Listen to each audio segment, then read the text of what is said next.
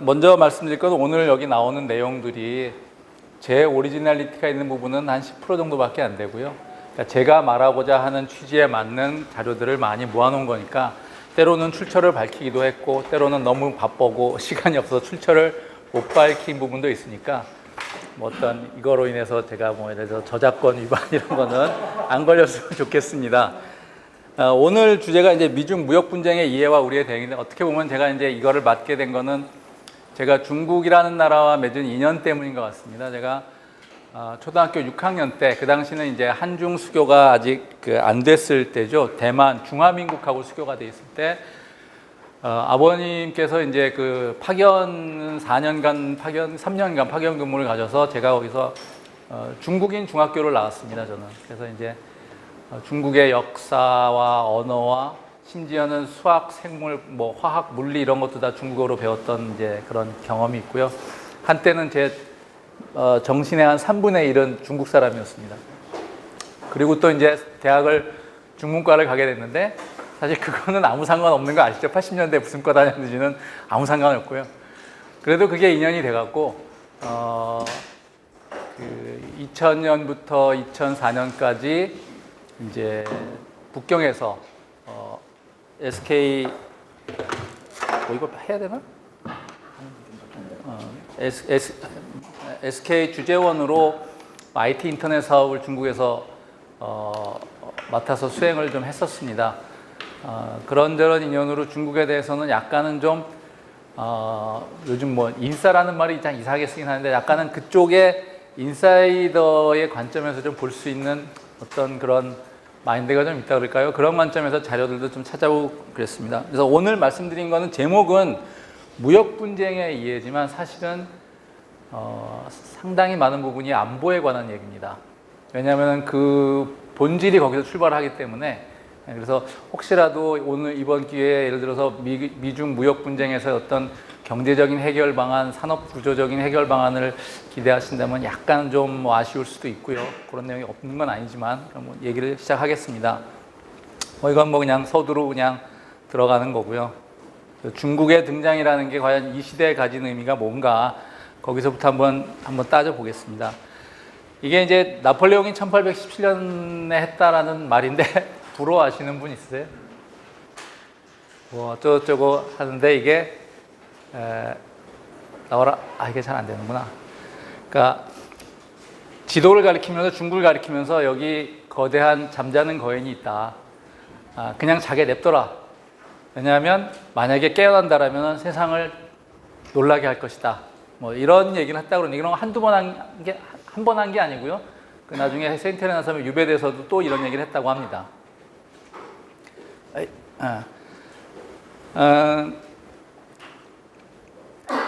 중국을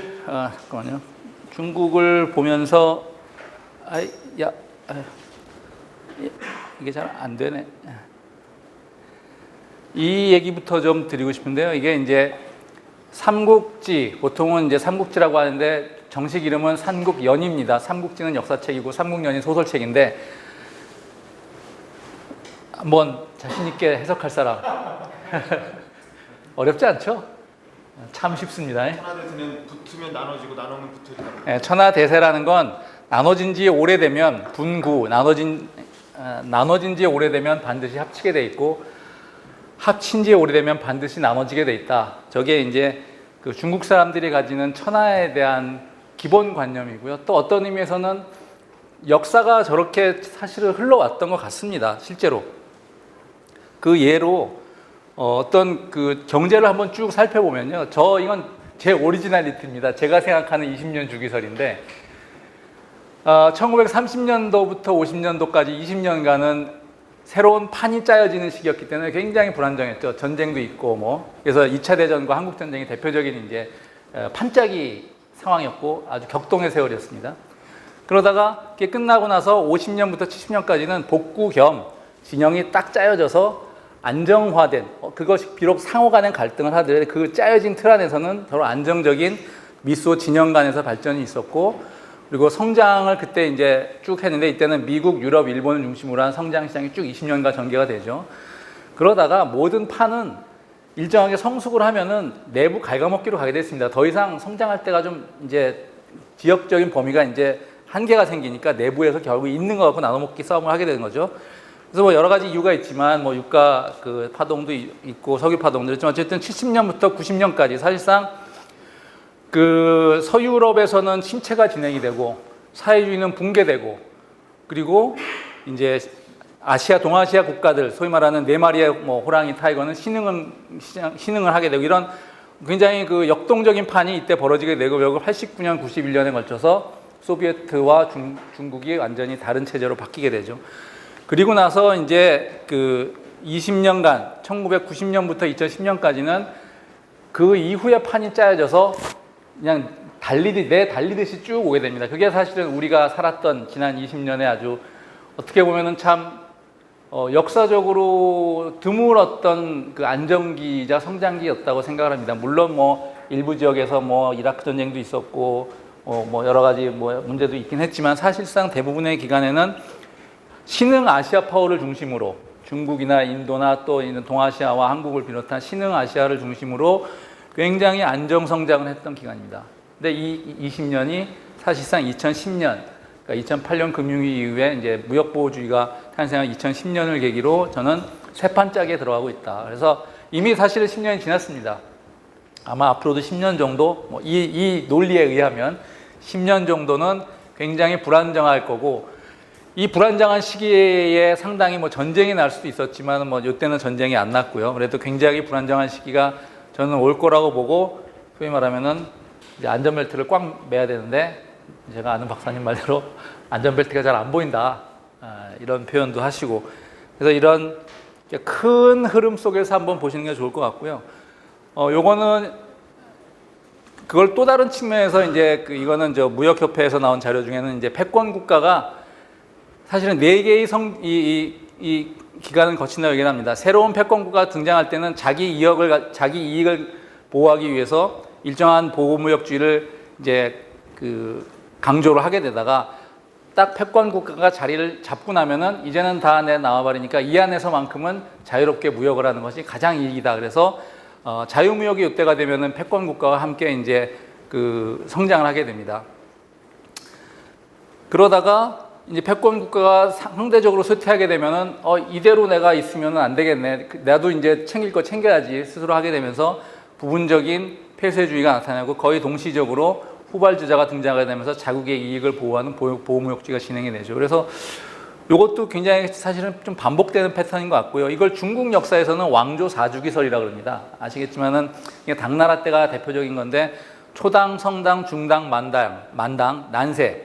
그래서 거의 대부분 이거는 중국 역사에서는 거의 반복되는 패턴이고, 심지어는 우리나라 역사에서도 이건 반복되는 패턴이고, 심지어는 중화인민공화국 들어서도 반복되는 패턴이고, 그런 부분들이 있습니다. 초기에 이 난세에서 출발을 해서 혼자서는 세상을 다 못 뒤엎기 때문에 세력 연합들을 통해서 무력혁명을 하거나 통일을 이루게 돼서 새 왕조 내지는 새 국가를 건설해서 쭉 나갑니다.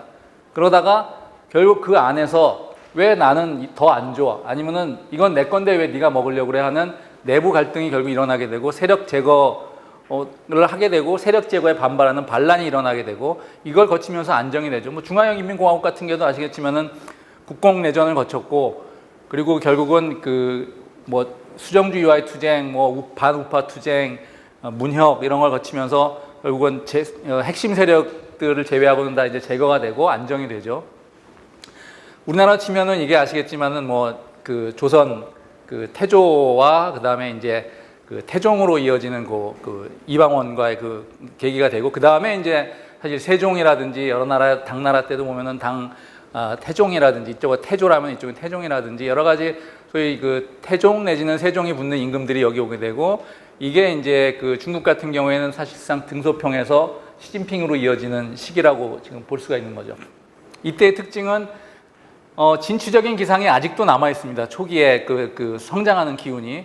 그리고 제도적으로는 어느 정도 안정이 돼 있어서 이 두 가지가 사실은 새로운 문화를 만들어야죠. 문과 무가, 기술과 그다음에 이제 인문이 합쳐지는 굉장히 이제 좋은 이제 상태가 되는데, 사실 그리고 나면은 이제 이것이 제도가 어느 정도 안착이 되면서 형식주의로 흘러가게 되죠. 그래서 관료화, 고착화, 형식주의 문화, 배금주의가 이때 만연을 하게 되고 결국은 거기에 대한 이제 염세적이고 탐미적인 어떤 태도가 등장하게 되고 도덕적으로 타락하고 이에 반발하는 지식인 민중의 반란이 시작하면서 결국은 분열과 내전으로 간다.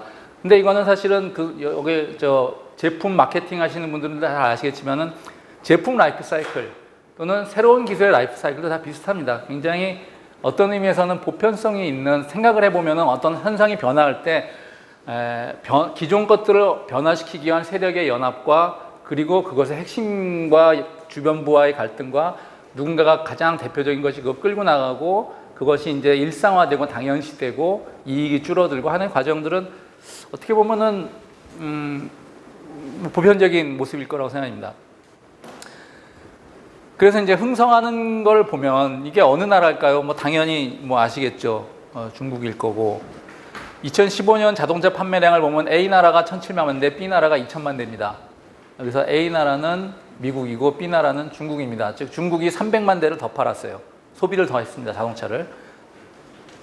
그리고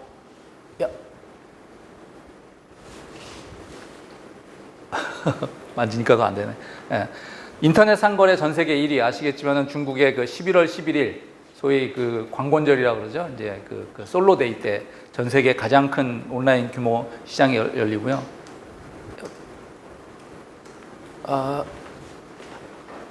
인터넷 사용자 수 1위, 석유 수입, 에너지 소비, 태양력 발전 장치, 태양력 발전 장치 설치 수 1위. 이게 잘 안 되네. 잠시만요. 됐어요. 잘 안 되네. 그냥 이걸 해야겠다. 그리고 2001년에서 2005년까지 로마 규모의 도시를 2주마다 하나씩 중국에서 만들어졌습니다. 그리고 2011년과 2013년이나 3년 사이에 중국에서 생산한 사용하고 생산한 시멘트가 미국이 20세기 내내 생산하고 사용한 시멘트의 양보다 많았다고 합니다. 거의 뭐 건설의 나라, 건설의 시기였던 거죠. 우리나라도 사실 저런 걸 경험을 해봤지만 규모가 작았죠. 그리고 주택 공급량이 유럽과 맞먹는다, 하나에. 결국 이거를 거치면서 1980년도에 미국 대비 중국은 GDP 7%였는데 2015년에는 60%까지 총 GDP, 국가 총 GDP가 따라왔고 수입은 8%에서 미국의 전체 수입량의 73%, 수출은 이미 미국의 1.5배로 8%에서 151%로 늘어났고요. 지급준비금은 16%에서 3,000%까지 증가를 했습니다.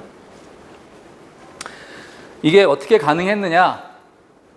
사실은 IT 혁명이 있었기 때문에 가능한 겁니다. 뭐 중국이 비록 노동력이 이제 그 전 세계 무역 시장의 노동 시장의 글로벌 그 노동 시장의 중국의 인력들이 또는 사회주의권 인력들이 풀려 나왔지만 합쳐졌지만 IT를 통해서 본사와 이제 각국에 있는 지사들 간의 프로세스를 연결시켜주는 IT 혁명이 없었다라면은 아마 중국은 소위 말하는 글로벌 밸류체인에 올라타지 못했을 겁니다. 이게 전 세계 부품 무역인데 미국, 중국, 독일이 부품 무역에서 핵심이고 여기 한국, 일본이 있고요. 그래서 결국은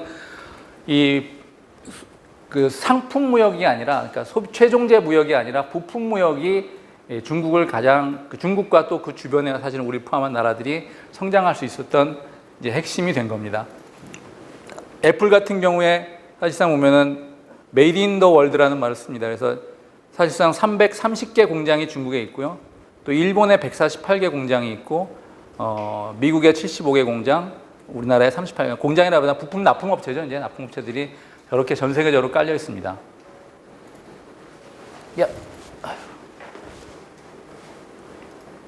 여기 계신 분은 뭐 익숙한 그림일 테지만은 그 과정에서 20년간 그 소위 말하는 그 질주의 20년간 누가 가장 이익을 받냐라고 하면은 이제 전 세계 소득 중산층, 그러니까 여기가 이제 주로 선진국에서도 선진국 그 소득 상위층인 거고 여기가 선진국 중산층과 선진국 이제 그 저소득층인 거고 여기가 이제 사실 우리나라 정도의 중산층에 해당되는 건데 급격하게 하락을 하고 있고 여기가 이제 중국의 중산층, 중상층 정도가 이제 여기에 포함이 되는 거고요. 그다음에 인도라든지 쭉 해서 여기가 이제 아프리카 쪽인데 결국은 지난 20년간 그러니까 전 세계 성장률의 과실을 누가 제일 많이 따먹었느냐?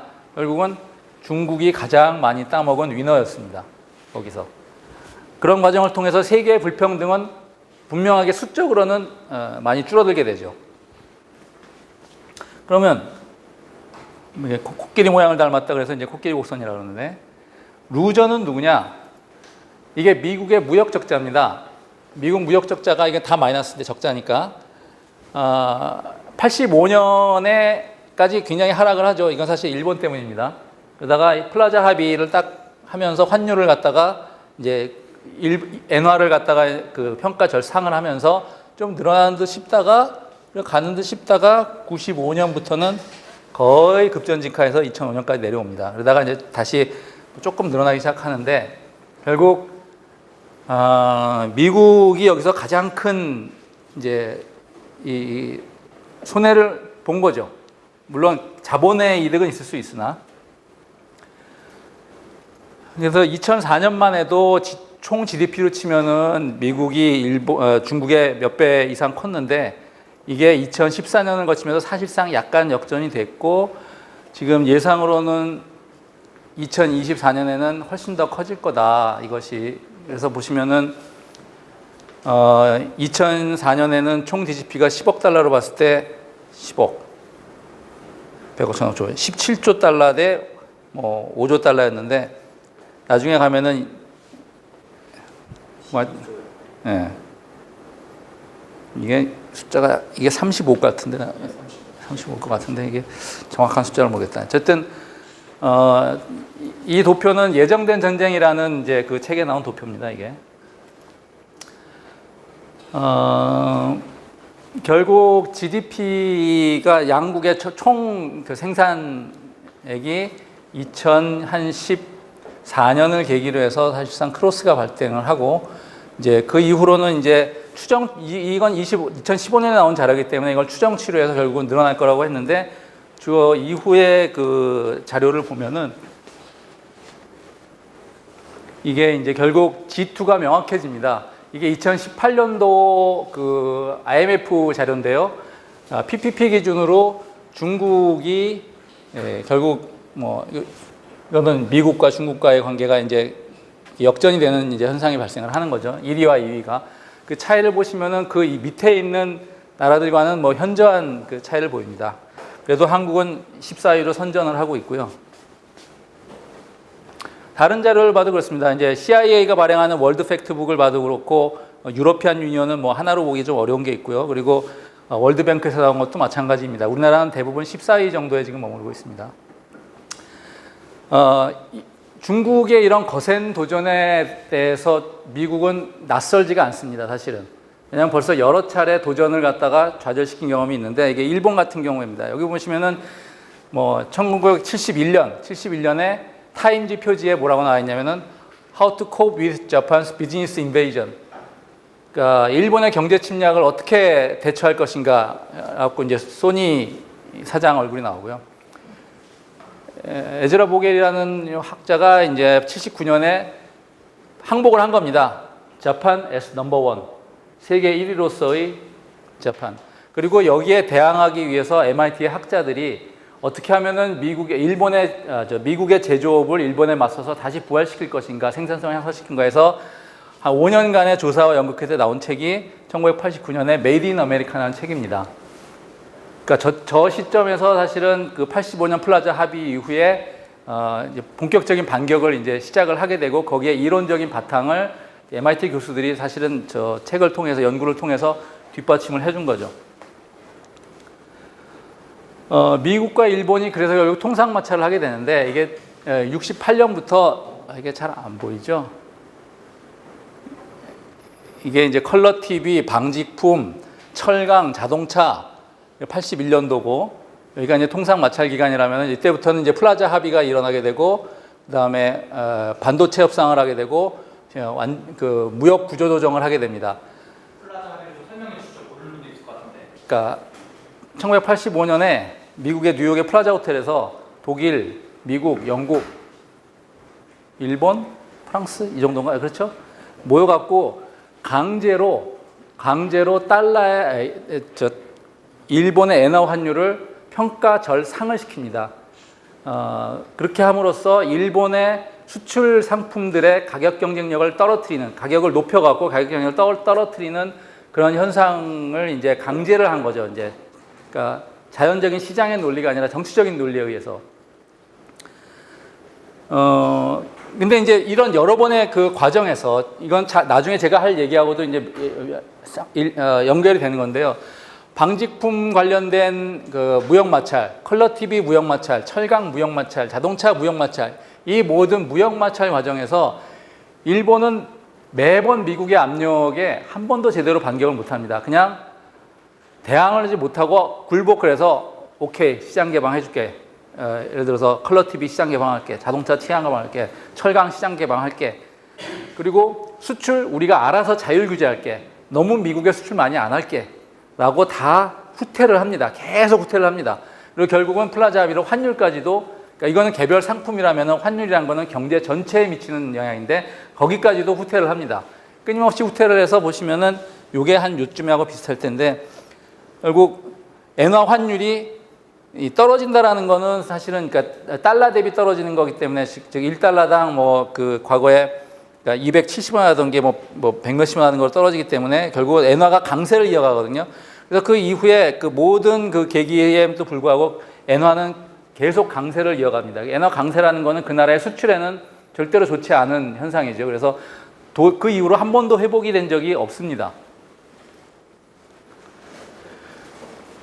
그러면은 미국이 그러면은 그 이득을 다시 받느냐? 미국이 일본한테 야, 너 물건 그만 팔어. 너 제조업 좀 그만 좀 설쳐. 라고 환율을 통해서 그걸 갖다가 억제를 하려고 그러는 거죠. 그래서 약간의 효과가 뭐 있었다고 보여지기도 하는데 이게 이제 1940년도부터 60년도까지 제조업 일자리가 이게 지금 보시면은 1,300만 개에서 약 한 1,600만 개로 가고 70년도에는 약 한 1,800만 개 이상의 제조업 일자리가 있었습니다. 그래서 이게 사실상 70년대부터 2000년도까지 뭐 엎치락뒤치락은 하지만은 거의 그러니까 1,800만 개 정도 일자리 선을 그대로 유지를 합니다. 여기 아시겠지만은 뭐 70년대 침체기가 있었다, 80년대 불황이 있었다 해도 미국 제조업은 큰 영향을 안 받고 그냥 계속 한 1,800만 명 정도의 제조업 노동력이 일을 합니다. 그러다가 어느 순간 2000년부터 2010년이라는 딱 10년 사이에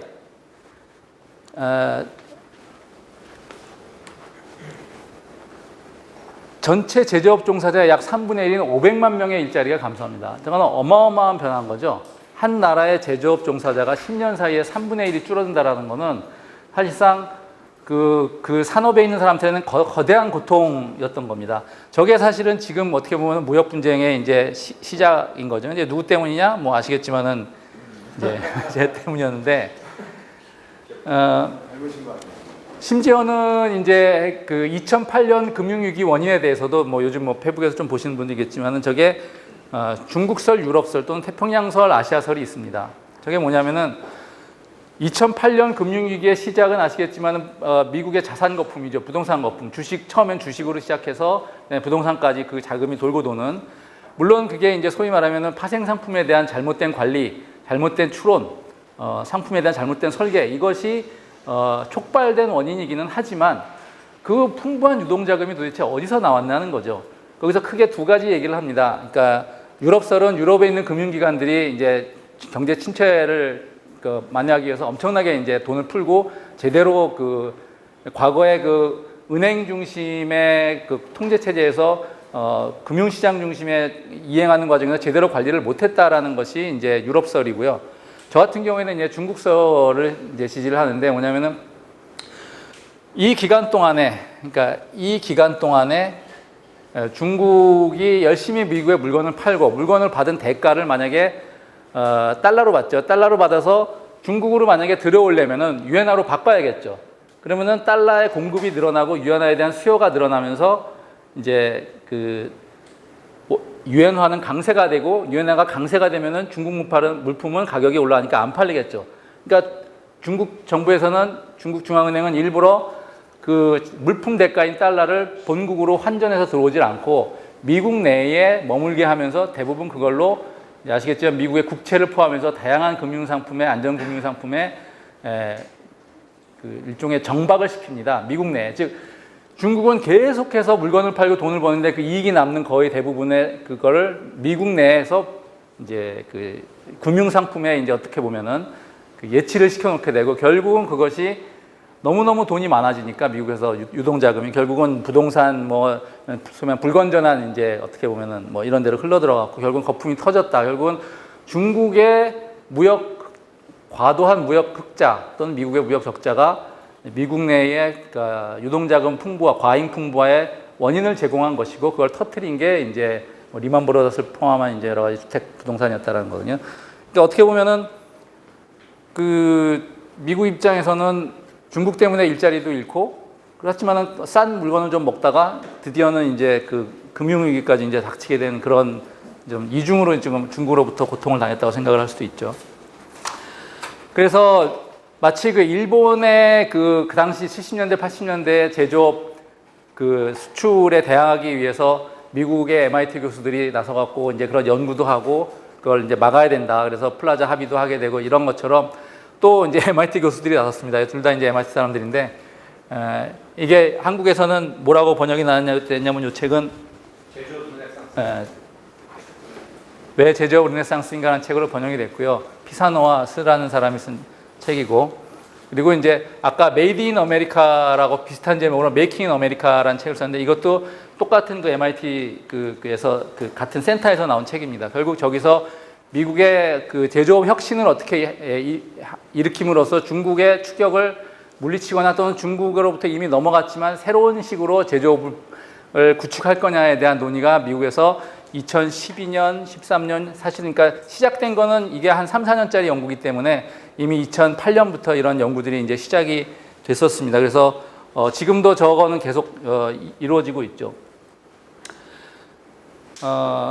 그러면 이제 중국은 가만히 있냐? 중국도 미국의 그런 이제 그 제조업 부활 노력에 대해서 그냥 뭐 손만 놓고 볼 수는 없는 거죠. 그래서 소위 2015년에 중국 제조 2025라는 메이드 인 차이나 2025라는 국가의 일종의 그 제조업 전략을 발표를 합니다. 뭐 잘 아시는 내용이겠지만은 크게 보면 3단계로 나눠지는 게 25년까지 이때의 목표는 뭐냐면 사실은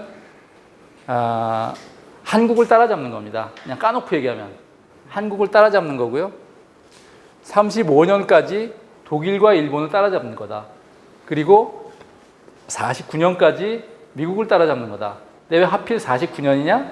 뭐 아시겠지만 중국이 건국이 1949년이기 때문에 걔네들은 이제 100년 이런 거 좋아하잖아요. 뭐 50년, 100년. 그래서 100년 프로젝트로 이제 이 제조업 강국으로 부상을 하겠다라는 아주 원대한 그걸 제시를 했습니다. 그 내용은 뭐 별로 제가 그냥 자료로만 근데 이제 문제는 과제가 있고 10대 전략 산업이 있는데 사실은 우리와도 상당히 우리와 겹칩니다. 굉장히 겹치고 때로는 우리보다 이미 앞서간 부분도 있고요. 그래서 사실은 한국이 이 제조업 분야에서 새로운 혁신을 사실 어떤 그 빠른 시일 내에 추진을 하지 않으면 어쩌면 이제 중국의 의도대로 2025년까지 이 중에 상당 부분은 중국과 순위 바꿈을 할 수도 있는 이제 상황입니다.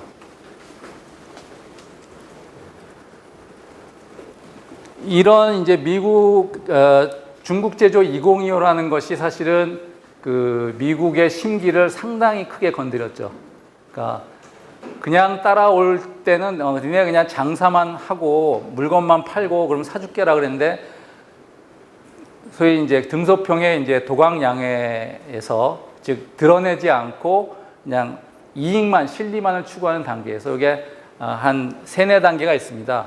도광양해가 있고요. 도광양해라는 거는 도광 번쩍거리는 검을 칼집에 꽂아놓고 남이 안 보이게 하지만 칼집은 여전히 칼은 그 속에 감춰놓는 양회라는 거는 어두운 곳에서 상처받은 몸을 이제 이렇게 회복한다라는 도광양해고 그 다음에 이제 유소작이라는 게 있습니다. 그 다음 단계가 유소작이가 뭐냐면은 할 말은 한다. 그러니까 웬만하면 안 하지만 관여 안 하지만 할 말은 한다라는 게 유소작입니다. 그 다음 단계가 뭐냐면 화평불교죠. 우리는 이제 일어서는데 라이징 하는데 폭력적으로 안 하고 이제 평화롭게 라이징 하겠다. 그러다가 최근에는 분발유의라고 그럽니다. 분발유의라 하면 아주 힘차게 해야 할 바를 한다. 이게 분발유의거든요.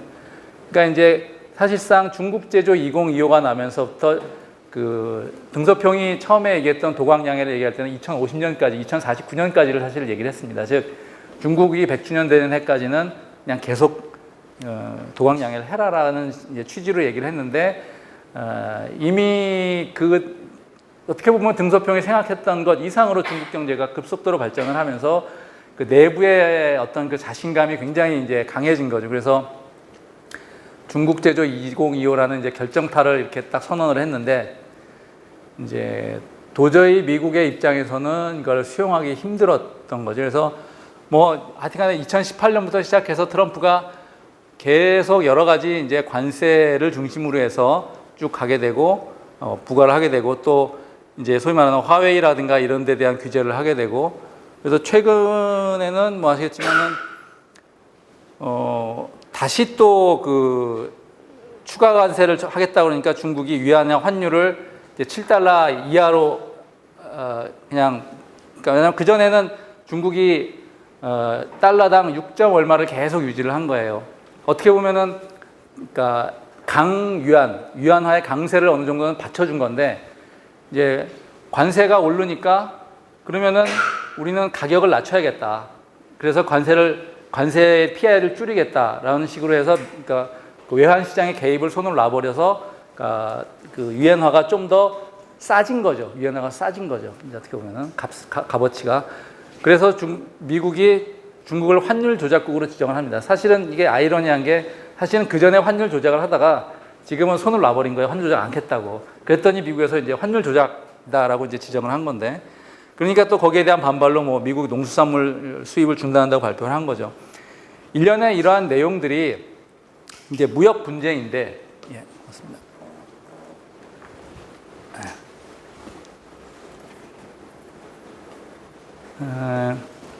여기에 대해서 일반적인 평가는 뭐 여러 가지가 있지만 대체로 보면 단기적으로는 우리 경제의 효과가 부정적이다. 예를 들어서 중국이 어쨌든 아무리 미국하고 갈등을 하더라도 뭐 완전 파국을 가지는 않을 거기 때문에 일정한 수준에서는 수입 확대를 할 가능성이 있다. 지금 물론 갈등을 하지만은 저는 기싸움인 거고 완전히 물러서지도 않고 그렇다고 완전히 끝까지 고집하지도 않고 어느 선에선가는 타협을 할 거다라는 것이 일반적인 관측입니다. 그렇기 때문에 무역수지 균형을 어느 정도 원래는 농산물 사주기로 했거든요. 근데 농산물뿐만이 아니라 미국 입장에서 딴 것도 사라는 거니까 이제 수입을 확대하면서 결국은 중국 시장에 진출하고 있던 우리의 제품하고 미국 시장에서 중국으로 수출하는 제품하고 이제 경쟁할 가능성이 이제 생긴 거죠. 일단 기본적으로 이제 보호무역주의보다도 이제 그 합의의 결과로서의 대미국 그 수입 확대가 한국 시장에는 한국 기업들에게는 어쨌든 부정적인 영향이 있을 수 있다.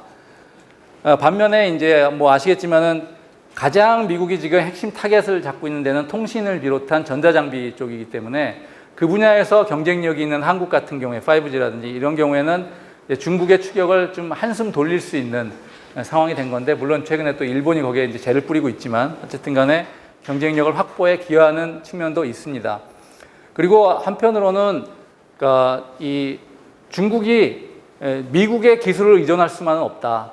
그래서 독일이라든지 아니면 뭐 다른 일본이라든지 아니면 여러 다른 나라로 기술 공급선을 이제 다변화하려고 하는 우리도 지금 일본이 그렇게 이제 관세라든지 이런 걸 이제 규제를 하려고 하니까 우리도 이제 그 부품 다변화를 하듯이 중국도 미국으로부터의 기술 수입을 갖다가 좀 다변화하려는 움직임을 보일 것이기 때문에 그래서 독일하고도 지금 그런 협의를 하고 있는 중이라고 합니다. 그래서 그 틈새를 우리가 뭐 이용할 수도 있겠다. 물론 그것이 미국의 뭐 심기를 건드리면 또 문제가 될 수도 있지만 어쨌든 새로운 비즈니스 기회도 열릴 수 있다. 그래서 미중 갈등을 단순하게 무역 분쟁이라는 시각만으로 봤을 때는 무역 분쟁 시각만이라고 봤을 때는 단기적으로 좀 어려워도 경우에 따라서는 우리한테 기회가 될 수도 있다. 특히 이제 그럴 때 산업별로 좀 그 차이는 있겠지만 그래서 아주 부정적으로만 뭐 볼 수는 없습니다. 근데 문제는 이것만이냐라는 거죠. 미중 분쟁의 의미가 제조업, 무역, 경제 이것만으로 볼 수 없는 더 깊은 이제 구조를 좀 이해를 해나가기로 해봅시다. 제가 중국에 있을 때인데 이때 그 2001년도에 에이펙 서밋이, 그러니까 에이펙 정상회담이 상해에서 열렸습니다. 그때 이게 폐막식 배경인데 굉장히 상징하는 바가 많습니다.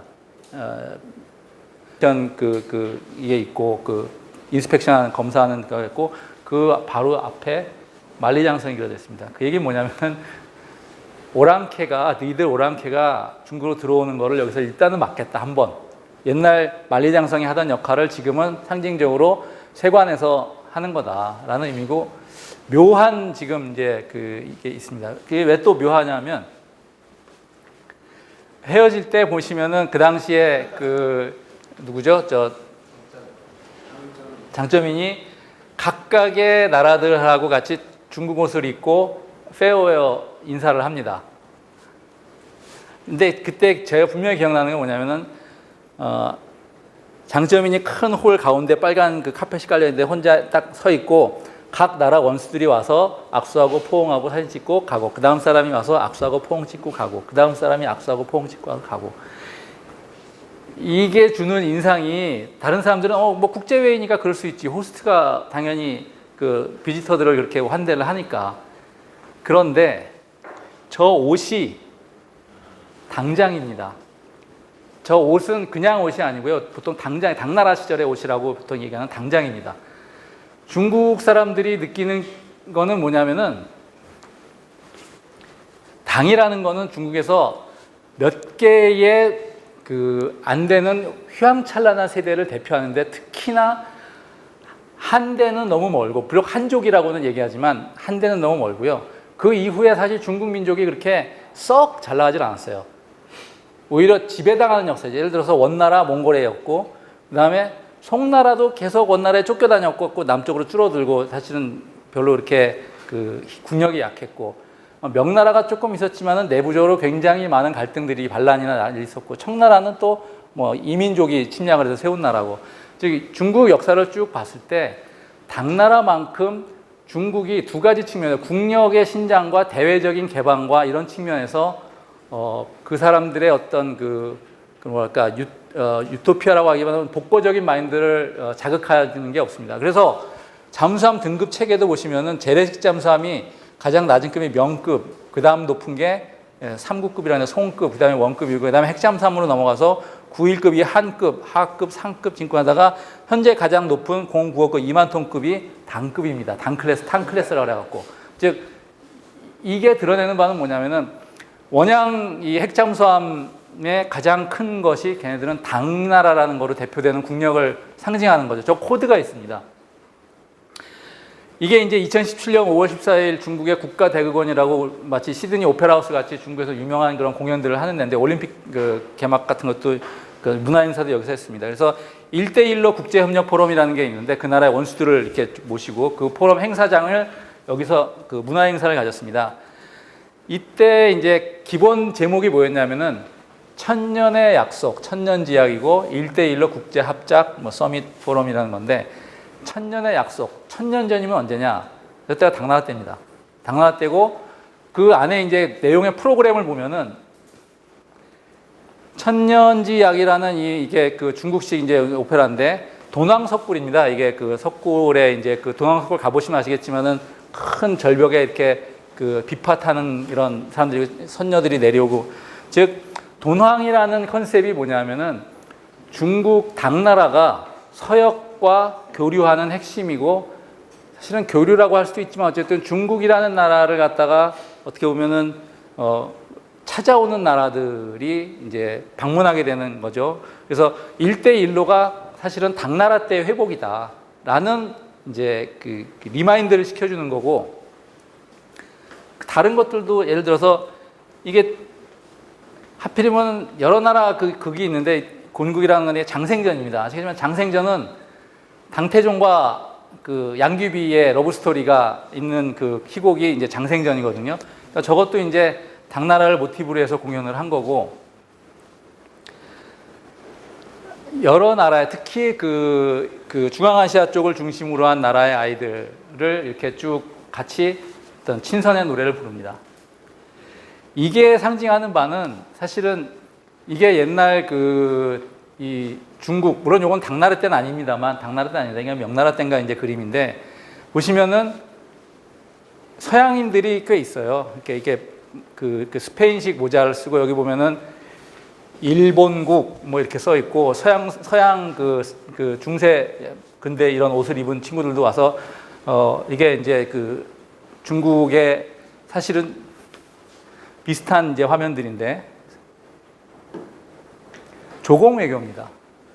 그러니까 아까 다시 돌아가서 그 장점인이 있고 외국의 원수들이 와서 당나라 옷을 입고 포옹을 하고 악수를 하고 한 명씩 보내는 거는 사실은 중국에서 굉장히 황제가 이제 그 버니들, 오랑캐들이죠. 버니의 족장들이 왔을 때 베풀어주는 그 의식이 비록 누구도 그게 그거다라고 얘기하진 않았어요. 그게 그거라고 얘기하진 않았지만 이 행사를 조직한 그 사실은 누가 조직하냐? 이제 중국 공산당의 이제 그 문화부의 소위 선동조라는 애들이 저걸 이제 조직을 합니다. 저 행사 자체를.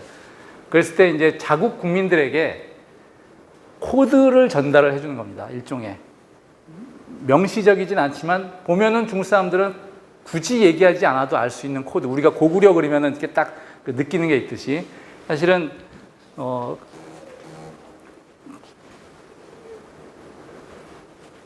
이 미국과 중국을 문명의 충돌이라고 보는 어떤 시각에서 보면은 다른 건 다를 수가 있습니다. 중국은 스스로를 우주의 중심이라고 보고 미국은 세계의 1등 국가라고 보고 핵심 가치는 자유와 질서. 정부를 바라보는 시각은 미국은 필요악, 중국은 필요선.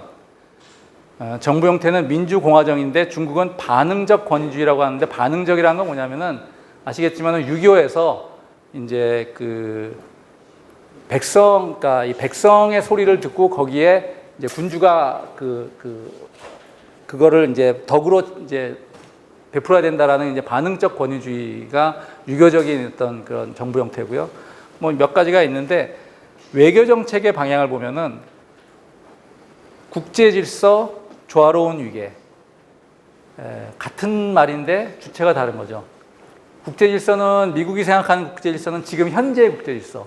즉 미국이 2차 대전 후 그리고 한국 전쟁으로 통한 냉전 체제 그리고 그 90년도를 전후해서 사회주의권이 무너진 후에 WTO로 이행한 자유무역 체제 그리고 여러 가지 나토 조약을 포함한 여러 가지 군사 조약, 동북아 안정 체제 이것들이 미국이 생각하는 그 국제 질서라면은 질서.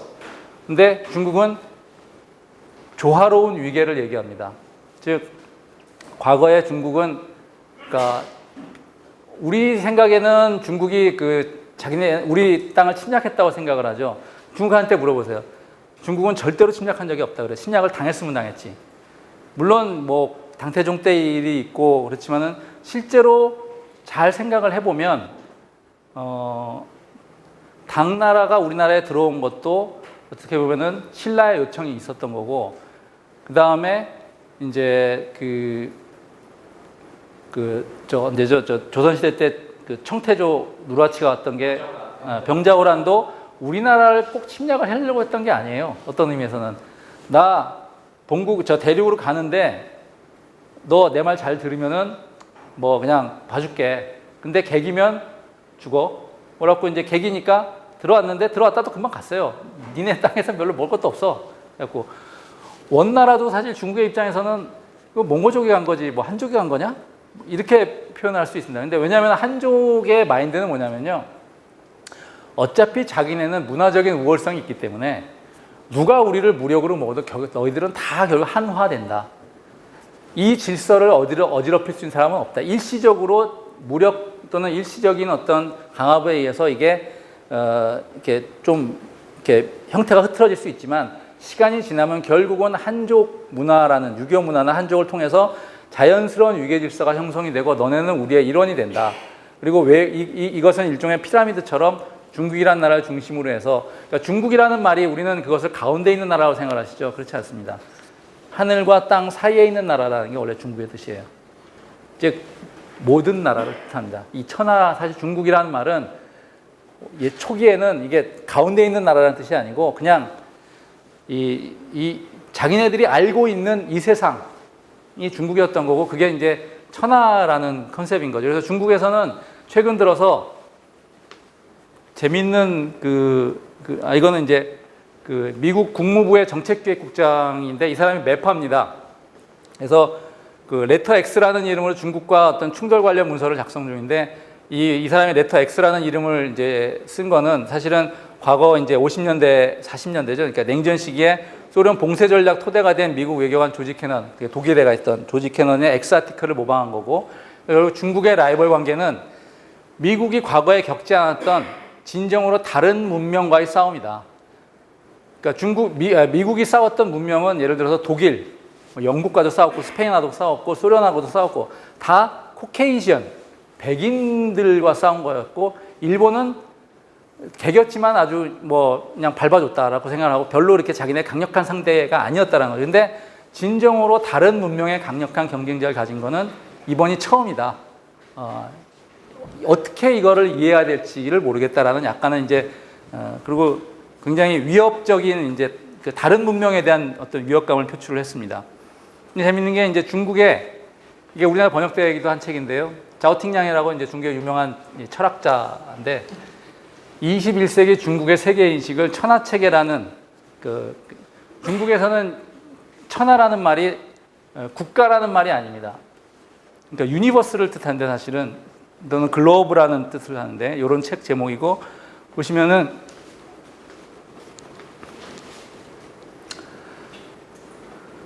세계에서 중국이 공헌할 수 있는 적극적인 의미는 새로운 형태의 대국, 세계를 책임지는 대국, 세계사에 출현한 갖가지 제국과 아주 다른 대국이 되는 것이다. 세계를 책임지는 것은 단지 자신의 국가에만 책임지는 것이 아니다. 굉장히 많이 들어본 말이죠, 이거는. 그리고 보시면은 세계를 책임지는 것은 중국이 자신의 소임으로 삼아서 새로운 세계형과 새로운 세계 제도를 창조하는 것이다. 이런 얘기도 있고, 서양 국가는 세계를 사유하지 않았다. 다만 세계에 대해서 사유를 했다. 그래서 세계 자체에 대해서 사유하는 것은 완전히 다른 사상의 경지다. 이런 식으로 오로지 중국의 세계관만이 그 레벨 차원에서 국가보다 높은 분석 단위 관점을 유지하고 있기 때문에 세계 정치에 관한 문제에서 중국의 세계관, 즉 천하 이론만이 유일하게 레지티미시한 세계 질서와 세계 제도, 정당성 있는 세계 질서와 제도의 이론을 고려한다라는 약간 좀 얼토당토한 얘기를 하고 있는데, 어쨌든 저 마인드가 있다라는 얘기입니다, 중국에.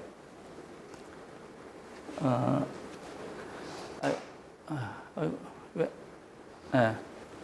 그래서 어느 순간부터 더 이상 미국이 중국을 돈 때문에 니네가 우리한테 많이 받아먹었으니까, 많이 이제 벌어먹었으니까 니네 좀 그만 벌어먹어 라는 차원이 아니라 이거는 다른 차원의 패권 도전이다 라고 인식을 하게 되면서 지식인들이 쏟아져 나옵니다. 그런 내용들이. 그래서 미국이 중국이 세계를 지배할 때, 그리고 이관유가 말하는 세계인데 여기서 대부분의 내용이 중국과 미국과에 관한 내용입니다. 이 책 좀 이따 말씀드릴게요. 그 다음에 이게 100년간의 마라톤, 아까 말씀드렸잖아요. 100년인 1949년까지 100년간의 마라톤, 그리고 웅크리고 있는 호랑이, 크로칭 타이거. 저거는 이제 남중국해 이제 군사 분쟁에 관한 얘기인데, 저게 다 사실은 한국에 번역돼 나와 있습니다. 예. 중국이 세계를 지배하면. 리카니가, 저는 사실은 이 책이 제일 한번 저는 권하고 싶은 책입니다. 그러니까 왜냐면은 그러니까 굉장히 다른 각도를 가지고 있어요. 즉 백인이 쓴 중국관도 아니고 중국 내부에 있는 사람이 쓴 것도 아니고 그거에 적대되는 대만 사람이 쓴 것도 아니고 중국의 문화 정신을 갖고 있으면서 서구의 실용주의를 체화했지만 제국주의적인 시각은 아닌, 어떻게 보면 상당히 객관적이고 냉철하게 바라볼 수 있는 입장에서, 물론 이 사람의 철학도 권위주의이긴 하지만 그 본인이 그런 어떤 그 철학, 정치 철학을 체연한 사람으로서 중국을 바라보고 중국의 전략이 무엇일 것이다라고 얘기를 하는데 사실은 미국의 CIA를 비롯해서 굉장히 중요한 정보 분석 당국들이 자문을 그동안 수십 차례 구했습니다. 자기네들이 잘 이해가 안 될 때는 리쿠안유한테 가서 중국의 전략이 이렇게 나오는데 이게 도대체 무슨 의미냐 거기에 대해서 잘 설명을 해줬고요. 그래서 저는 이 책은 한번 꼭 기회가 되시면 보시면 좋다라고 생각을 합니다. 즉 이 얘기는 뭐냐면은 미국이 더 이상 경제 갈등의 대상으로 중국을 보는 게 아니라 패권 다툼의 대상으로 이제 중국을 보기 시작한 게 약 한 8년 정도부터입니다. 그래서 이제 어디까지 책들이 나오게 되냐면 이건 이제 최근에 작년에 굉장히 재밌게 읽었던 두 권의 책인데 스테이트 캐피탈리즘이라는 책이 있고요. 그다음에 워 바이 아더미스 즉 전쟁의 또 다른 수단이라는 책인데 이 내용을 제가 한번 그 제목을 한번 번역을 해봤습니다. 보시면은 국가 자본주의의 귀환은 세계를 어떻게 변화시키고 있는가. 즉 미국이 보기에는 중국이 단순히 그냥 중국 한 나라의 문제가 아니라 중국으로 대변되는 사실상 비자유주의적 시장 경제 또는 권위주의적 시장 경제가 세계를 어떻게 변화시키는가 하면서 쭉 얘기를 합니다. 그래서 여기서는 심지어는 민주적 국가 자본주의도 있다. 이게 대표적으로 스칸디나비아 국가들 같은 경우에는 복지국가를 일종의 민주적 국가 자본주의다라고 얘기를 하고 권위적 국가 자본주의가 또 있고 이제 그러면서 대표적으로 한 챕터 자체를 중국의 국가 자본주의에 놨고요. 여기서 보면은 덜 중요한 위협은 뭐냐? 기존의 민주주의 국가에 대한 국가 자본주의 위협은 덜 중요한 위협이다. 그런데 더 중요한 위협은 국가 자본주의의 장기적인 효과와 모델로서의 국가 자본주의가 다른 국가들에게 그 어떤 학습이 될 때고 가장 중요한 위협은 뭐냐? 자원, 무기로서의 국유기업, 두 개의 거대한 권위주의, 즉 중국과 러시아인데 여기 가장 중요한 위협을 국유기업으로 봤어요. 왜냐? 이거는 장기적인 이제 그 위협이 될 수가 있지만 가장 소위 말하는 지금 당장 위협이 되는 것은 현 시대의 가장 중요한 자원이라고 할 수 있는 이제 에너지 광물 자원과 지식 자원, 즉 특허, 기술 이 두 개를 강탈하는 아주 핵심 수단이 국유기업이다. 그래서 사실은 화웨이가 저 칼날을 맞은 겁니다. 화웨이는 뭐 하는 데냐? 결국 미국의 방위 산업의 가장 핵심이 될 수 있는 특허 기술들을 가져다가 자기네가 훔쳐가고 또 그거를 또 개발을 해서 더 이상 미국이 침입할 수 없는 중국 독자 기술로 무장한 격자 반도체로 무장한 이제 그런 그 컨트롤 시스템, 무기 컨트롤 시스템을 구축하는 것. 그것의 핵심이 국유기업이기 때문에 이제 화웨이가 완전히 그 선봉으로서 이제 타겟을 맞은 거죠. 그리고 이제 이 워 바이 아더미스라는 거는 결국은 이게 그 트럼프 얘기일 수도 있는데 2016년에 나온 겁니다. 즉 여기서는 지오 이코노믹스라는 얘기를 합니다. 지정학은 지오 폴리틱스인데 지오 이코노믹스는 번역할 말이 별로 없어요. 그러니까 우리가 지오 폴리틱스를 지리 정치학이라고 얘기 안 하거든요. 그냥 지정학이라고 얘기하지. 지오 이코노믹스는 뭐냐면은 결국 국가의 이익을 위해서 어떻게 대외 경제 수단을 활용해서 국가의 이익을 옹호할 거냐. 그래서 그건 그냥 지경학이라고 그런 용어를 쓸 수밖에 없습니다. 그래서 지경학과 국가 경영인데 결국 미국도 사실은 그 대외적인 경제 정책을 국가를 위해서 휘두른 경험이 굉장히 많다. 그 시초가 누구냐?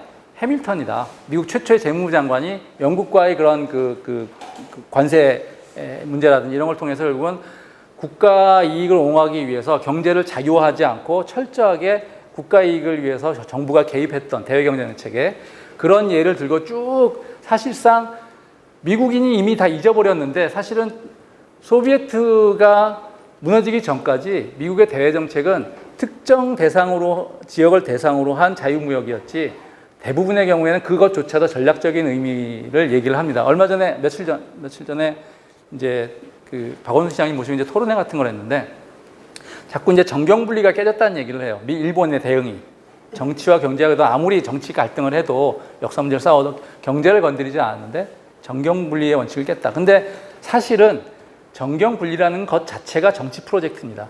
즉 신자유주의라는 보통 얘기하는 또는 시장이 훨씬 더 효율적이고 국가는 정부는 축소돼야 된다라는 이거 자체도 사실은 하나의 정치 이념이고 정치 프로젝트였던 거지 역사적으로 한 번도 경제가 진정으로 자유무역, 그러니까 국가가 허용하든 하지 않든 상관없이 자유 경제였던 적은 사실은 없습니다. 자유 경제 자체가 하나의 그 정치 수단이었던 거거든요. 그런 측면에서 미국이 그동안 1990년도 이후로 잊어먹고 있었던 대외 경제 정책 수단, 그것을 활용해야 된다. 그러면서 중국을 예를 들면서 중국이 과연 지금 어떻게 자기의 국가 이익을 수호하기 위해서 대외 경제 정책 지경학적 수단들을 활용을 하고 있고 베이징은 그것을 활용할 역량이 얼마나 되는지에 대한 일종의 그 역량 체크를 합니다. 생각보다 그렇게 세지가 않더라. 그러면서 특히 북미 에너지 혁명이 가지는 지경학적 의미하면서 미국이 지금 사실은 절호의 찬스다. 지금 미국은 지경학적인 수단을 활용할 수 있는 절호의 찬스가 왔고 중국은 그거를 활용을 지금까지 해왔지만은 아직 미국에 대항할 만한 정도가 안 되기 때문에 지금이야말로 미국의 국익을 위해서 지경학을 사용해서 그랜드 전략을 펼쳐야 된다라는 게 2016년도에 마침 이게 딱 보면은 6일 차이로 나온 책이에요. 6일 차이로. 그 얘기는 트럼프 한 사람이 이상한 놈이어갖고 지금 막 관세 두드려 뭐 때리고 그다음에 뭐 화웨이를 때려잡고 뭐 보호무역을 하고 이게 아니라 미국 조야와 지식계에서는 이미 2008년부터 2016년까지 이런 논의들이 굉장히 무르익고 숙성해서 그 결과로 트럼프가 꼭지 따듯이 빙산의 그 일각이 되듯이 이제 등장을 한 겁니다. 따라서 트럼프가 물러났다고 해서 저 조류는 최소한 10년간 바뀌지 않습니다. 미국이 그동안 패권을 넘본 나라들에 어떻게 되었는지 아시죠? 이제 나치 독일, 소비에트 연방, 일본은 저거는 이제 2차 대전 때가 아닌 이제 아까 70, 80년대 얘기입니다. 독일이 있었죠. 이제 독일이 근데 왜 미국이 독일을 거꾸로 틀 수 있었냐?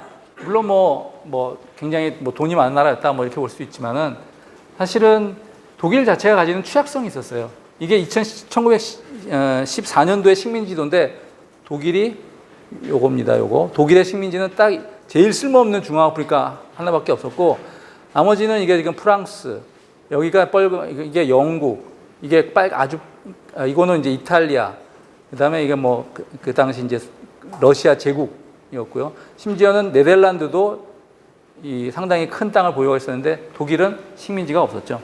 그리고 1936년에 2차 대전 직전에 거의 변함이 없습니다. 마찬가지고. 그러니까 결국 독일은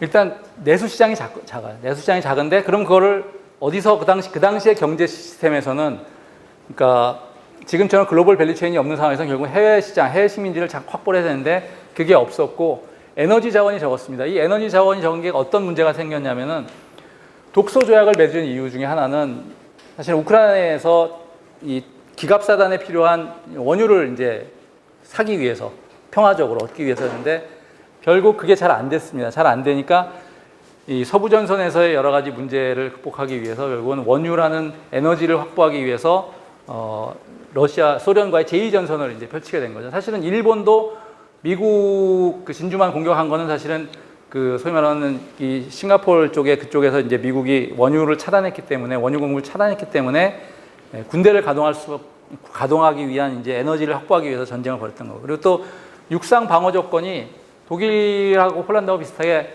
양옆으로 밑으로 다 이렇게 험난한 산지가 별로 없이 뚫려 있습니다. 즉 기갑전을 하게 되면 그냥 밀리게 되는 상황이거든요. 저기는 그렇기 때문에 독일이 가지는 방어나 여러 가지 그 취약성이 있었고요.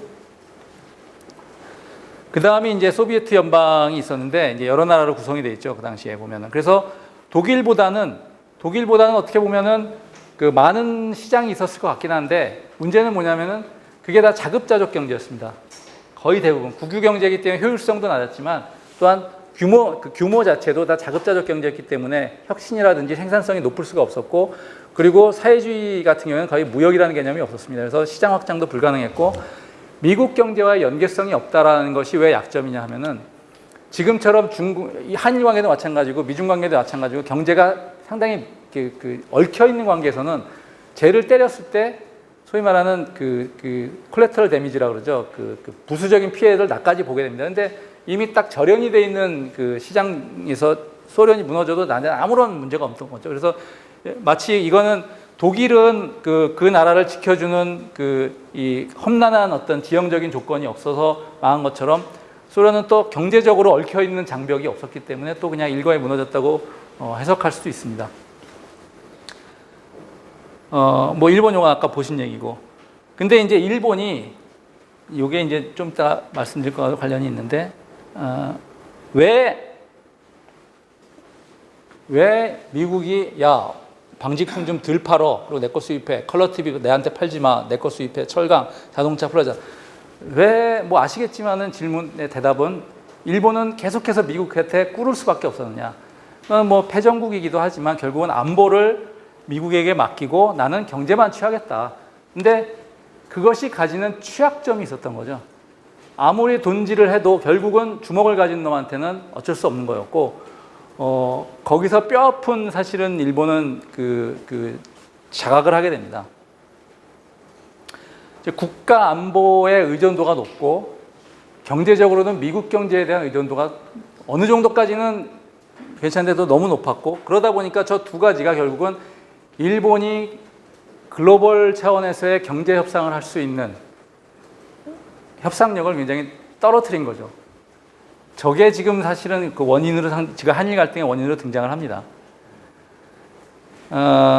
어쨌든 미국이 과거에 그렇게 해서 독일, 소련, 일본을 어쨌든 이간에 차례차례 도전자들을 이제 짓밟아 왔는데 중국도 보니까 이제 개경인 거죠. 아까 보시면. 그래서 지금 소위 말하는 이제 이 중국을 포위하는 전략으로 지금 뭐 나왔습니다. 그래서 베트남도 사실상 지금은 원래 중국하고 사이가 안 좋았지만은 미국하고 굉장히 사이가 좋아졌고, 타이에 대해서도 계속 미국이 원조를 하면서 도와주고 있고, 인도가 또 중국하고 반목이 심하니까 미국이 도와주고 있고, 여러 가지 차원에서 지금 그랜드 전략을 이제 펼치고 있는 중입니다. 중국 봉쇄 전략이죠, 일종의. 근데 중국이 저게 대해서 이제 그럼 가만히 보고만 있을 거냐? 바로 이제 고대 실크로드를 현대에 옮긴 게 이제 소위 유명한 1대1로죠. 뭐 많이들 들어보셨겠지만은 육로로 북경에서부터 상해에서부터 시작해서 중앙아시아를 거쳐서 모스크와 이제 그 중앙아시아 이스탄불 거쳐서 독일과 네덜란드 항구, 로테르담 항구까지 간다. 그리고 원리는 스페인까지 가고, 그것이 이탈리아로 연결되면은 수에즈 운하를 거치고 이제 이 호르무즈 해협이나 이제 수에즈 운하를 거쳐, 사실 여기 이제 지부티에 중국 해상 유일한 중국의 해외 군사 기지가 여기 있습니다. 이 지부티에. 미국은 부대도 바로 옆에 있고 중국 부대가 거기서 몇 킬로 안 떨어진 데 있어요. 이제 지부티가 있고, 그래서 중국은 최근에 여기에서 중국군이 해외에서 얼만큼 현지 테러를 막으면서 액션을 펼치는 그런 전쟁 영화들이 일기 끌었습니다. 그리고 이게 이제 수로인데 여기가 이제 소위 말라카 해협인 거죠. 여기가 이제 핵심인데, 여기서 핵심은 뭐냐면 아까 그 그림 보셨죠? 미국이 중국을 쫙 둘러쌌는데, 그랬을 때 원유나 여러 가지 물자가 여기서 막히면 어떻게 될까? 이것에 이제 굉장히 긴장할 수밖에 없어요. 이게 무역이라고 볼 수 있지만은 무역 항로의 성격보다는 저는 결국은 봉쇄에 대한 그러니까 뭐랄까, 봉쇄에 대한 탈주를 위한 루트를 개설한 겁니다. 그래서 결국은 러시아가 갖고 있는 가스나 석유나 에너지, 중앙아시아가 갖고 있는 그런 천연자원, 그리고 자기네들의 어떤 전략적인 물자에 대한 수입과 수출을 유럽하고 동유럽 특히 이쪽하고 미국의 봉쇄를 받지 않고 직접 하겠다라는 것이 1대1로고, 그리고 여기서도 이제 1대1에서 여기는 지금 안 나와 있는데 파키스탄 과다르에서 바로 중국의 이 서부 쪽으로 지금 송유관을 놓고 있습니다. 놓고 있는 건 아니고 협약은 했어요. 송유관을 놓기로. 그래서 중국의 원유 수입선들이 여기서 이쪽이나 이쪽 이란이나 아니면은 이쪽 사우디아라비아나 이쪽에서 원유를 싣고 여기를 거치지 않고 과다르에서 바로 중국으로 쏘겠다. 그래서 최소한의 에너지 리스크를 줄이겠다라는 게 지금 중국의 1대1로의 사실 근본적인 목적입니다. 무역이라는 의미보다는 에너지가 핵심입니다, 저기는. 그래서 이제 저런 본인들의 안보적인 측면에서 미국의 봉쇄를 풀고 또는 봉쇄를 이제 그 우회해서 그 자기네 안보를 지키기 위한 에너지 안보를 지키기 위한 루트들을 개척을 하고 있고요. 또 하나는 아까 보시면은 이제 내수 시장이 충분하지만 그래도 역시 시장이랑은 계속 확대가 돼야 되는데 아프리카를 지금 거의 중국 차인 아프리카라는 용어가 있듯이 중국에 투자를 하고 있습니다. 그래서 뭐 지금 보시면은 100만 천 3억 불 이상 3억 불 이상 뭐 그 중국에 투자한 나라들, 그다음이 뭐 100억 불 이상 투자한 나라들, 5억 불 이상 투자한 나라들, 중국이 어마어마하게 지금 그 아프리카에 대해서 투자를 하고 있습니다. 무역량은 계속 늘고 있고요. 그리고 이제 각종 금융 지원을 합니다. 아까 그런 그 인프라를 포함해서 각종 그 론, 그러니까 그 소위 말하는 차관이라든지 그 뭐 코퍼레이션 펀드, 론, 심지어는 이제 그냥 공짜로 주는 그랜트 또는 무이자 차관 이런 것들이 지금 아프리카에 어마어마하게 중국이 쏟아붓고 있습니다, 지금. 그러다 보니 아프리카인들이 중국에 대해서 긍정적인 인식을 갖게 되는 게요. 여기 보시면은 이게 저 제일 진한 색은 이게 자료를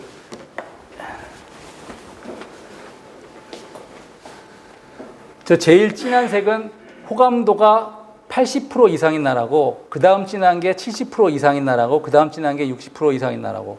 그러니까 최소한 아프리카의 여기와 여기와 여기는 중국에 대한 호감도가 60에서 70% 이상인 나라들입니다.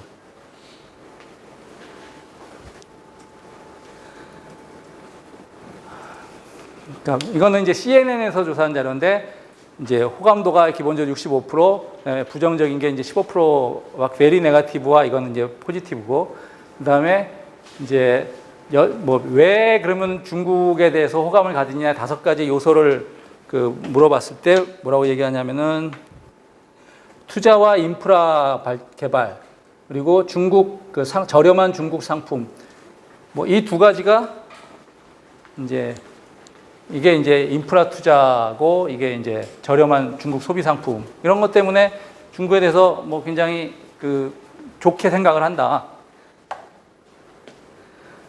그리고 중국이 아프리카의 발전 모델이냐라고 물어봤을 때, 작으니까 한번.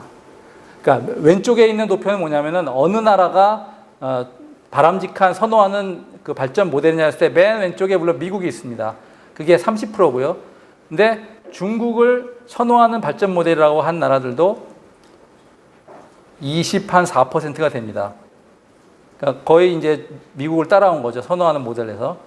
그리고 아프리카에서 그 중국 발전 모델을 가장 선호하는 10개 국가, 이렇게 빨간색이고 이제 회색이 미국인데 카메룬, 수단, 모잠비크, 말리, 튀니지아, 잠비아, 이집트, 뭐 이런 나라들이 이제 중국을 자기네 바람직한 선호하는 발전 모델이다라고 응답을 했습니다. 중국에 대한 전 세계인들의 긍정, 부정적 인식을 물었는데요. 재밌는 거는 이게 이제 긍정이고 이게 부정인데, 유럽들은 대부분, 미국이나 유럽은 이제 부정이 좀 더 많고, 그리스는 약간, 그리스하고 영국은 그래도 긍정이 조금 더 많은 반면에, 그러니까 우크라이나와 러시아는 6대2로, 6.5대 2로 훨씬 더 중국에 대해서 긍정적인 시각을 갖고 있습니다. 그리고 이제 튀니지아, 팔레스타인, 레바논도 마찬가지로 긍정적인 시각을 갖고 있고요. 그다음에 이제 파키스탄, 방글라데시, 말레이시아, 타일랜드, 인도네시아도 압도적으로 중국에 대해서 호감을 갖고 있습니다.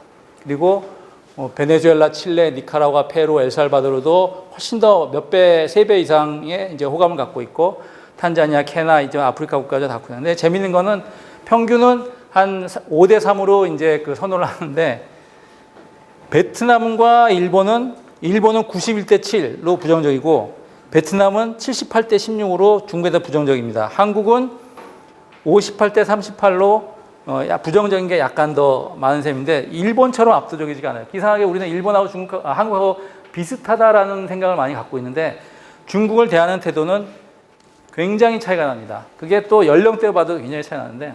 죄송한데 그 네? 산수들이잖아.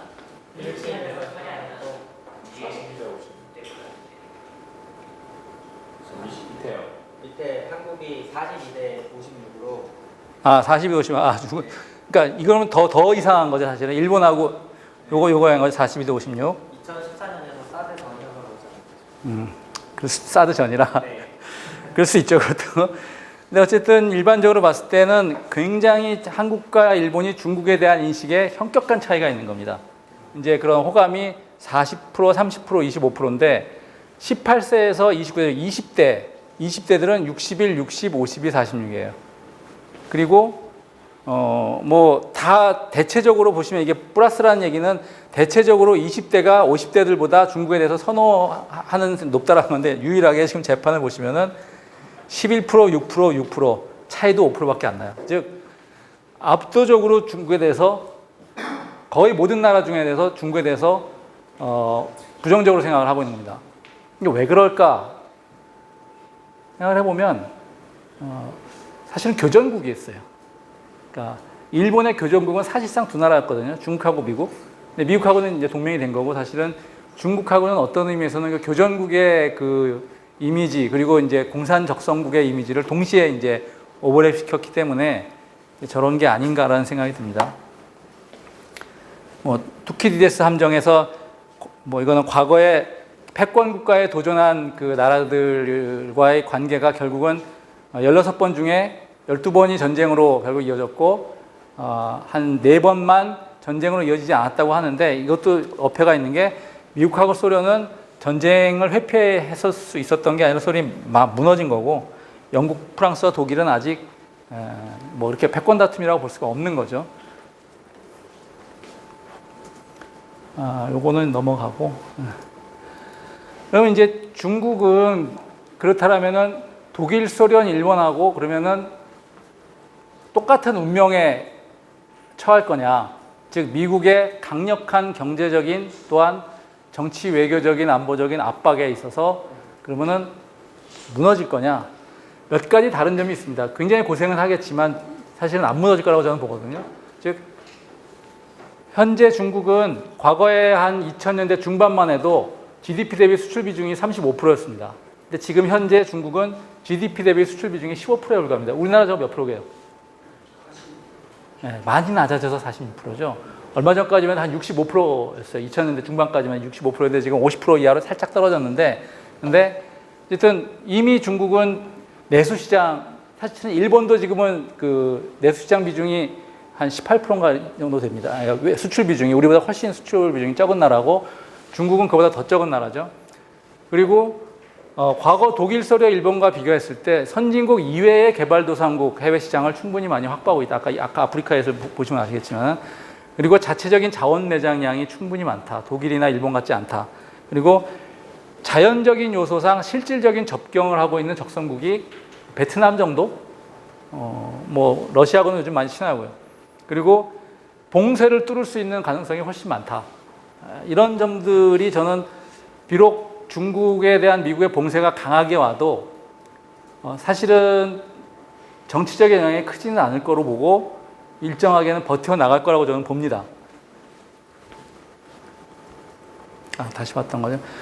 중국이 어떻게 이제 미국의 그 패권 위협에 이제 저항하는지에 대해서 좀 보면은요. 아까 물론 중국 제조 2025도 있지만 이제 군사적인 측면을 좀 보면요. 이게 최근에 이루어진 중국의 국방개혁입니다. 국방개혁에 몇 가지 테마가 있는데 이거는 이제 군구 재편이에요. 군구라는 건 군 관할 구역이죠. 우리도 1군 지역, 2군 지역 이렇게 있잖아요. 3군 지역 그런 것처럼 과거에는 7개 군구였어요. 지역별로 나눠진. 이거는 어떤 목적이 있었냐면은 육군 중심의 편제였습니다. 군구라는 것 자체가. 그리고 사실상은 내란 방어용의 그 성격이 강했고 이거 자체가 과거에 중국에서 그랬지만 상당히 지방 군벌화되어 있습니다. 왜냐하면 그 당시 과거 그 1949년 이후로 약 최근까지도 그 중국의 군대는 단순한 군대가 아니고 마치 옛날에 그건 뭐죠? 병전제인가? 둔병일 거예요.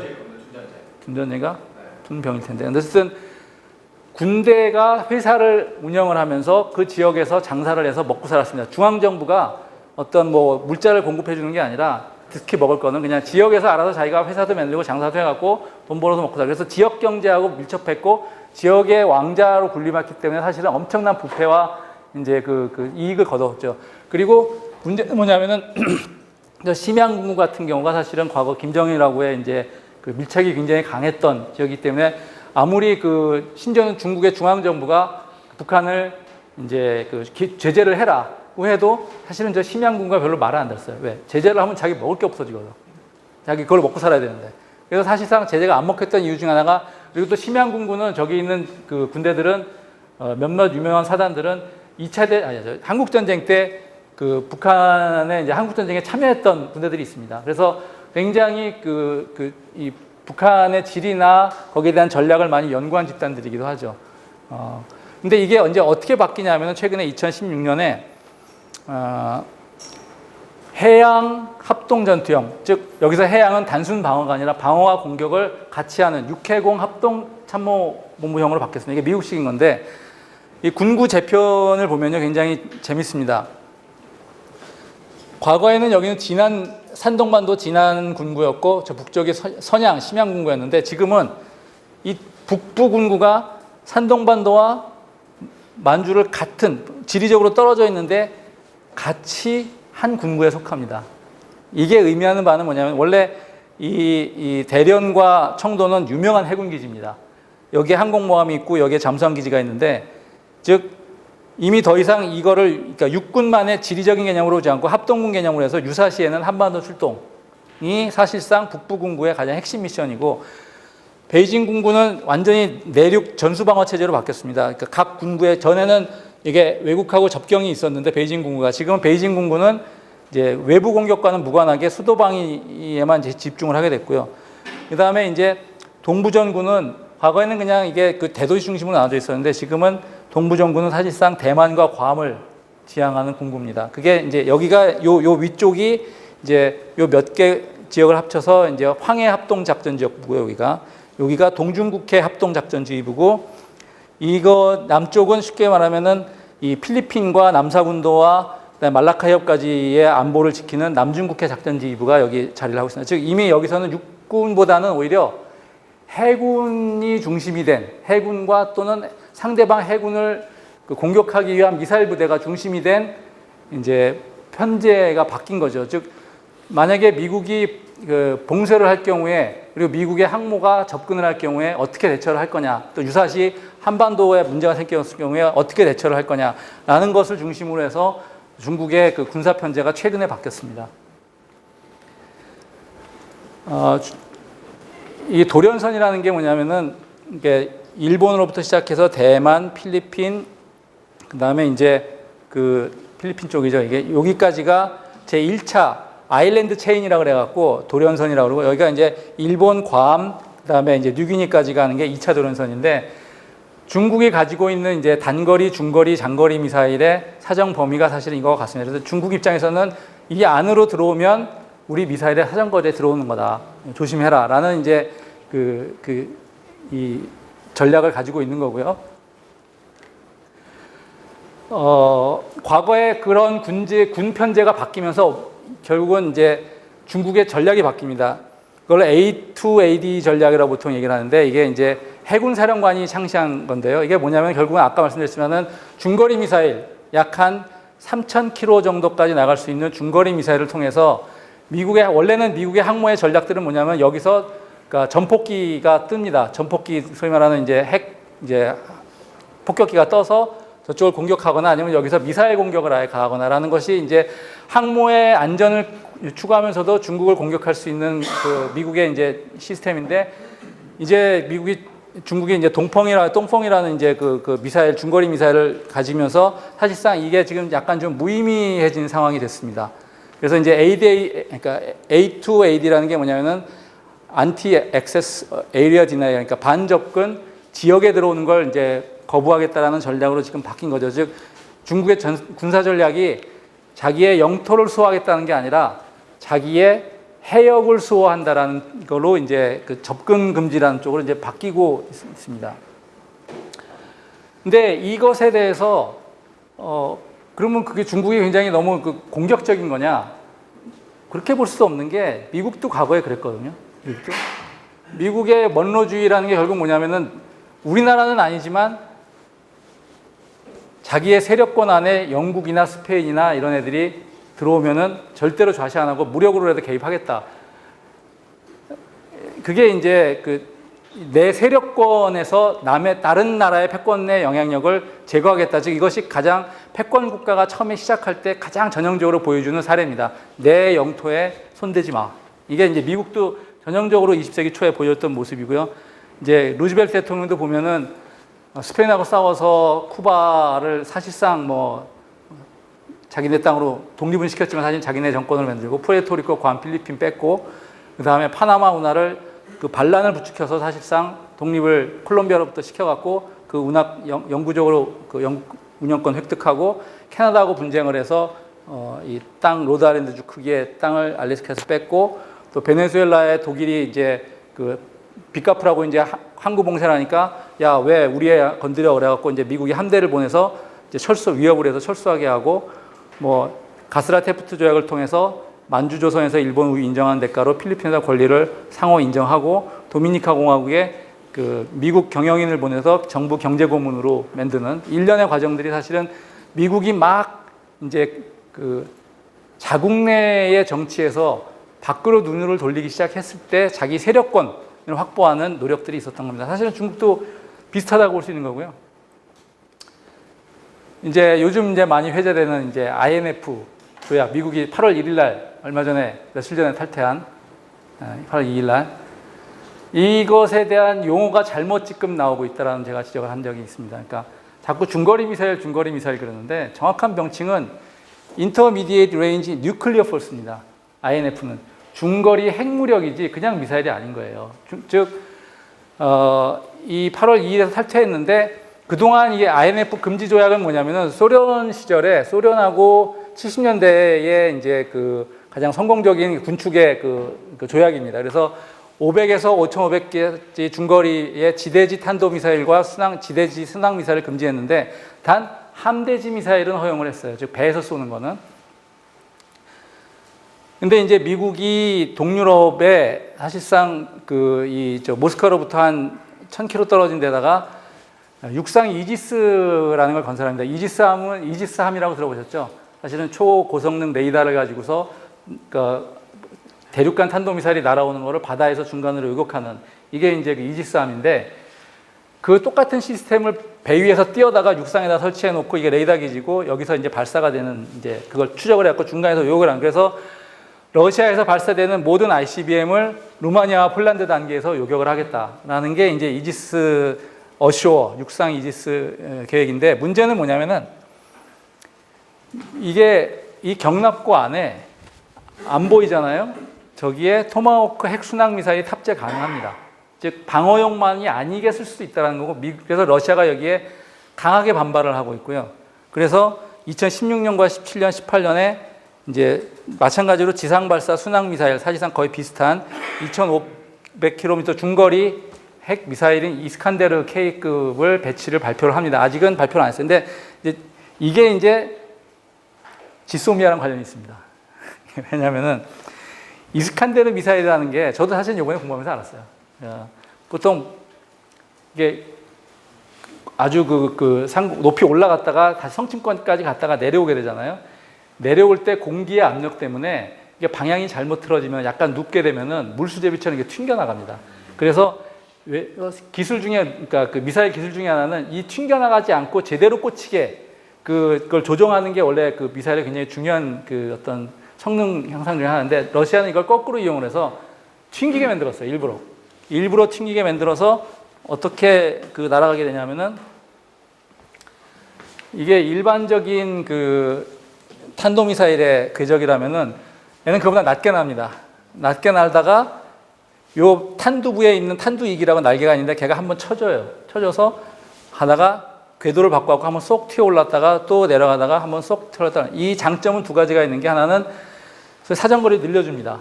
사정거리 늘려주고 두 번째는 요격을 회피할 수가 있어요. 이게 단순히 위로만 튀는 게 아니라 약간 각도를 더 틀 수도 있거든요.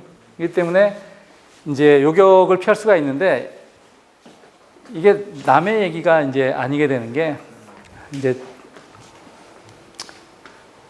러시아가 INF 조약을 위반했다고 탈퇴를 했는데 사실은 이건 빌미였고 그 전부터 탈퇴를 준비를 하고 있어요. 왜 그랬냐면 이제 그 다중 영역 전투라는 식으로 전투 개념이 바뀌는데 여기 하나만 기억을 하시면 돼요. 그러니까 과거에는 주로 이제 장거리 전투나 육상 근접 전투나 해상 전투식으로 이렇게 딱딱딱딱 나눠졌었는데 그게 아니라 100km짜리 신형 자주포, 그 다음에 종심 타격 미사일이라고 해서 이게 INF의 핵심인데 어쨌든 미사일 시스템, 그리고 이게 이제 한 1000km짜리가 보통입니다. 그리고 이제 초고속 포탄, 이게 뭐냐면은 요격을 하기 힘든 이제 굉장히 초고속으로 쏴지는 그런 캐논 포병이 있고 뭐 전략 미사일이 있는데 저게 무슨 의미냐 하면 그러니까 INF는 미국과 소련이 맺은 중거리 핵미사일 폐기 조약이에요. 그때만 해도 70년대인데 그때만 해도 중국의 핵무력은 별로 이렇게 쓸만하지가 않았기 때문에 미국하고 소련만 맺었지 중국은 빠졌어요. 그 이후로 미국은 중거리 핵미사일을 전혀 발전을 못 시켰습니다. 그 사이에 중국은 중거리 핵미사일 중심으로 사실상 ICBM은 5%밖에 안 되고 95%가 중거리 핵미사일로 핵무장을 한 거예요. 그러니까 미국의 입장에서는 발을 묶였는데 개기는 놈이 중거리 미사일은 열심히 발전을 하고 있으니까 사실은 중국의 위협에서 벗어나기 위해서 미국하고 여러 가지 티격태격 핑계를 대갖고 INF에서 탈퇴를 한 겁니다. 게다가 이제 가장 중요한 거는 아까 말씀드렸지만은 미국의 항모에 중국 본토를 공격하기 위한 접근 거리, 이 접근 거리까지 이미 중국의 중거리 미사일이 많이 발전을 해와갖고 기존의 전략이 사실 쓸모가 좀 없어졌어요. 게다가 이제 대륙간 탄도미사일은 보통 쏠 때부터 해서 거기 탄착할 때까지 1시간 정도가 소요되기 때문에 그 중간에 충분히 탐지하고 요격하고 그리고 워싱턴이나 이런 대피가 가능한데 INF는 중거리 미사일이고 저고도로 날아가기 때문에 사실상 발사부터 탄착하는 데까지 한 5분에서 10분밖에 소요가 안 됩니다. 그래서 요격이 어려운 거죠. 그래서 결국은 미국은 러시아하고 일단 판을 깬 다음에 중국을 봉쇄할 수 있는 INF를 중거리 핵미사일을 아시아 지역에 배치를 하고 중국한테 야, 너 이거 싫지? 다시 러시아, 중국, 미국이 새롭게 업데이트된 중거리 핵 폐기를 맺자라는 거예요. 근데 중국 입장에서는 그걸 맺으면 이제 미국의 접근을 거부할 수 있는 수단이 이제 없어지는 거죠. 그래서 지금은 굉장히 중국으로서는 점점 난감해지는 이제 상황이 오는 건데, 아까 나왔던 거고요. 요거는 뭐 별로 전략의 진화가 적으니까. 그래서 이제 다중영역 전투라는 게 뭐 이런 건데, 빼고. 이게 이제 아까 제가 말씀드린 M142, M142 하이마스라고 하이 모빌리티 어틸러리 로켓 시스템인데 이게 이제 왜 중요하냐면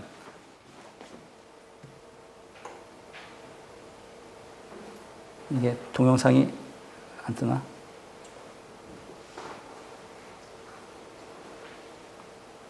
동영상 패스.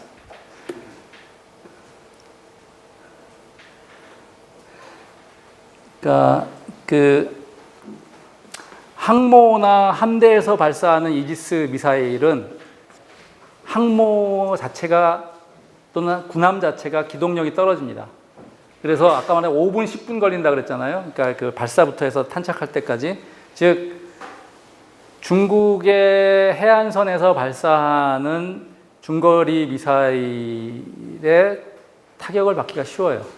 배가 기동이 느리기 때문에. 그런데 아까 말한 다중영역 전투라는 개념은 뭐냐면 사실은 기존의 무기를 갖다가 IT 시스템을 적용해서 값비싼 장비가 아니더라도 여러 용도로 사용하겠다. 즉 기존에는 해군은 해군끼리, 육군은 육군끼리, 공군은 공군끼리 싸우는데 그게 아니라 해군이 예를 들어서 뭐 로켓이나 공군을 잡고 아니면 육군이 해군을 잡거나 육군이 뭐 미사일을 요격하거나 다양한 영역을 가리지 않는 건데 그 중에서 이게 뭐냐면은 이 고속 이동 가능한 INF 발사 차량입니다.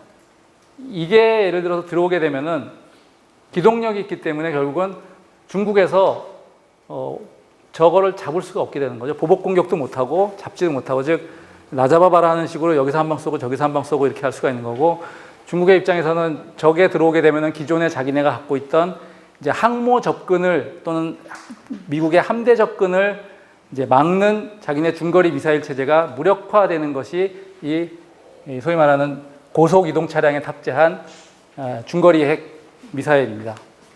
저거를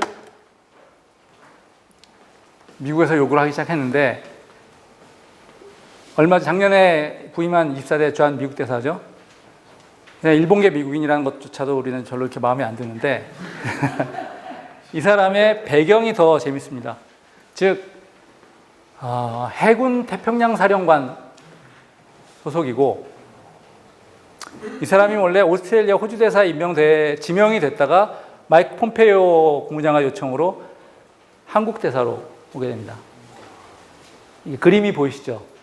왜 하필이면은 지명됐던 사람을 뽑아다가 태평양 해군사령관 출신을 한국에 놨는가? 즉, 아까 말한 그런 이제 그 중국 포위 전략에 굉장히 중요한 역할을 저는 할 것이라고 생각을 합니다. 중국의 반응은 어떨까요? 미국은 쿠바 아바나에서 워싱턴까지가 1826km인데 거기에 핵무기사일이 들어왔을 때 거의 제3차 대전 직전까지 갔었죠. 거의 미사일로 쏘겠다. 근데 서울에서 북경까지는 950km밖에 안 됩니다. 중국의 입장에서는 거의 제2의 쿠바일 위기라고 위협감을 느낄 수가 있는 거예요. 여기서 뛰면 여기까지 가는데 10분이 안 걸립니다, 사실은. 근데 한국도 사실은 이스칸데르급을 이미 개발을 했어요. 아까 말한 물수제비 뜨는. 그게 현무 1은 옛날 거고 현무 2 버전인데, 현무 2 A, B, C가 있습니다. 그래서 현무 2 C가 원래는 이제 180km로 제한돼 있다가 북한의 탄도미사일 위협이 커지면서 사거리가 미국의 허용하에서 300km, 그 다음에 500km, 그 다음에 800km로 늘어났습니다. 탄두 중량도 500km인데 지금은 이제 탄두 중량의 제한을 안 받는 걸로 이제 바뀌었고요. 그래서 이게 이제 그 아까 말한 소위 말하는 이제 고속 이동 차량에 탑재된 중거리 미사일이고요. 800km면은 중거리 미사일로 볼 수가 있습니다. 여기 보시면은 사실상 북한 전역을 커버할 수 있는 거리고요. 이 사진을 보시면은 여기에 이제 탄두에 조그마한 날개가 있습니다. 저게 아까 말한 이제 그 바운싱을 하기 위한 이제 장비인데, 한국이 저거를 저는 이 동아일보에 나온 기사이기 때문에 믿을 수 있을지 없을지 모르겠으나, 어쨌든 러시아로부터 비밀리에 기술을 수입해서 저거를 개발했다라는 이제 관계자를 말을 보도를 하고 있습니다. 그런데 얼마 전에 이제 여기 현무 오히려 그 기술을 받아서 러시아보다도 먼저 현무 2B를 개발했고 지금 현무 2C를 개발했는데, 문제는 얼마 전에 북한에서 이제 이스칸데르급으로 보이는 미사일을 발사를 한 겁니다. 굉장히 해프닝이 있었어요. 발사체다, 미사일이다, 불상의 발사체다. 왜 그런 말이 나왔냐? 5월 4일과 9일 북한이 쏜 미사일을 알아차렸는데 낙하던 미사일의 탄두가 갑자기 튀어오른 거서 레이더에 사라진 겁니다. 이 때문에 미사일을 쐈다고 하지 못하고 불상의 발사체를 발사했다고 밝혀서 이제 말 받고, 이를 계기로 북한이 현무 2B처럼 도약이 가능한 미사일을 개발했다는 것이 군 관계자들의 이제 일반적인 평가고요. 그래서 전혀 예상 못해서 놓쳐버렸다. 놓친 거를 미국이 동해 감시 그 정보 체계에서 잡아서 보내줬다라는 거고, 또 쐈습니다. 이게 그 당시 그 KN-23이라고 하는 이제 탄도가 이런 궤적을 거리면서, 우리나라가 지금 이스라엘에서 도입한 그린파인 레이더 감지기라는 게 있는데, 얘가 감지할 수 있는 거는 여기까지입니다. 고도가. 여기는 레이더 음영구역이라서 안 잡히는데, 그렇기 때문에 여기라고 생각했는데 여기가 잡히니까 이게 어떻게 된 거지? 이게 뭐지? 이제 그런 놀람을 겪은 거죠.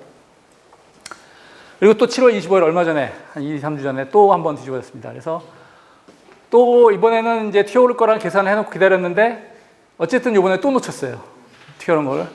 그런데 그거를 사실은 일본이 레이더 체계에서는 한국보다 훨씬 더 많은 돈을 투자했고 더 우수한 장비들을 갖고 있습니다. 사실은. 우리는 육군에 주로 투자했지만 일본은 육군이 아니라 거의 대부분을 해군과 공군에 투자를 했습니다.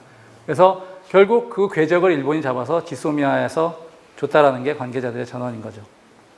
그래서 과연 지금 지소미아를 폐기하느냐 마느냐 논의를 하는 것 자체가 군에서는 상당히 지금 아주 초미의 관심 내지는 불만이라고, 물론 동아일보 기사니까 그거는 참조해서 주간 동아 기사니까 그건 참조해서 판단을 하되, 그러니까 두 가지 거죠. 저게 믿을 수 있건 믿을 수 없건 간에 사실은 어쨌든 그 궤적을 놓쳤다라는 거는 이제 어쨌든 사실인 거고요. 그래서 미국은 8월 1일부로 아까 2일이었나? 근데 IMF 폐기된다는 점을 이용해서 결국은 INF라는 중거리 핵 무력이라는 그 개념의 전술 핵무기를 재배치를 하겠다. 물론 그게 꼭 핵일 리는 없지만 핵이 탑재 가능한 미사일을 한국과 일본에 배치를 하자 그랬는데, 일본은 이미 이지스 어쇼어라는 걸 도입을 하기로 했는데 뭐 해프닝이 있지만 어쨌든, 근데 이제 한국도 저걸 받아야 될 거냐 말 거냐, 일종의 핵 공유를 할 거냐 말 거냐, 이제 결국 이게 도입이 되면은 북한에서 이제 뭐 가만히 있지는 않을 거고요. 과연 이제 군비 경쟁에 들어가게 되면은 어떻게 될 건지, 저게 이제 갑자기 중국 얘기하다가 이제 일본 얘기로 넘어왔는데, 여기도까지도 계속 일본 얘기입니다. 그러니까 인도 태평양 전략이라고 이제 그 트럼프가 2016년부터 그 용어를 사용하기 시작합니다. 근데 문제는 뭐냐면은 이게 일본에서 처음에 만들어낸 개념이에요. 일본하고 인도하고 교류를 하면서, 인도도 상당히 반중 정서가 강한 나라고, 일본도 아까 보시면 아시겠지만 중국에 대한 극도로 혐오하는 나라이기 때문에 일본과 인도가 손잡고 중국을 포위하는데 이익을 담당하자면서 개념을 만들어갖고 미국한테 갖다 바쳤어요. 그랬더니 미국이 이거 굿 아이디어네, 컨셉 좋네? 라고 그걸 받았습니다. 그래서 2017년 아시아 순방을 하면서 트럼프가 자유로운 개방된 인도 태평양 지역에 대한 미국의 비전을 제시할 거라고 했는데, 그것이 그 순방 과정에서 여러 번 등장을 합니다. 우선 그 2019년 얼마 전에 6월 1일 날 인도 태평양 전략 보고서가 나오는데, 여기서 고려해야 될 점은 일본과 호주의 역할은 굉장히 크게 했어요. 인도 태평양 지역 평화의 번영의 초석이다. 미래 인도 태평양 지역 안전 보장을 협력 대상이다라고 했는데, 한국은 한반도와 동북아에 있어서 평화 번영의 축이다. 즉 한국은 한반도용이고 일본과 호주는 인도 태평양용이다. 라는 게 전략 보고서의 핵심입니다.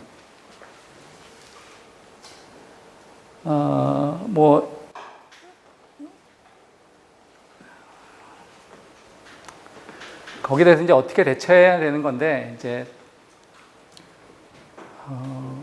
결국 신남방 전략을 저거로 이제 같이 뭔가 이렇게 업어가야 되지 않겠냐. 왜냐하면 저기에 직접 우리가 올라타기에는 굉장히 부담이 크다. 이제 2017년 11월 8일에 그 정상회담이 있었습니다. 한미 정상회담이. 그때 공동 언론 발표문에 트럼프 대통령은, 주어가 트럼프 대통령입니다. 트럼프 대통령은 한미 동맹이 인도 태평양 지역의 안보 안정과 번영을 위한 핵심 축이다, 이걸 강조했다라고 공동 언론 발표 1항에 나옵니다. 그런데 트럼프가 얘기했는데 우리가 동의했느냐라고 이제 질문이 들어오니까 청와대에서는 우리는 동의한 것이 아니다. 일본에서 계속 추진해왔던 개념이고 현재 정세를 고려했을 때 참여하는 것이 바람직하지 않다고 생각하고 있다. 제안 자체가 갑작스러웠다고 했다가 논란이 계속되니까 우리의 외교 다변화 정책과 일맥상통하는 부분이 있으나 좀 그 적절한 지역 개념인지 좀 더 협의가 필요하다고 했다가 이제 결국 이제 그 다음에 가면은 얼마 전에 있었던 그 판문점 회담 직전에 이제 한미 정상회담 문재인 대통령 기자회견을 보면은 지역 및 글로벌 이슈에서도 한미 양국은, 그러니까 한반도가 아닙니다. 지역 및 글로벌 이슈에서도 한미 양국은 동맹국으로 적극 협력할 것이다. 한국의 신남방 정책과 미국의 인도 태평양 전략 간의 조화로운 협력을 추진하기로 했다. 그리고 미국 국무성 바로 다음 날인 미국 국무성 대변인은 인도 두 양 정상은 인도 태평양 지역에서 선한 통치와 투명성, 법치주의, 주권, 규칙 기반 질서, 시장 경제 원칙, 즉 미국이 강조하는 국제 질서를 공동으로 추진하기로 했다. 메콩 지역 국가들의 주권, 즉 중국으로부터의 방어죠. 주권과 경제적 독립에 대한 의지를 재확인했고 메콩강 지역에서의 한미 협력을 환영했다.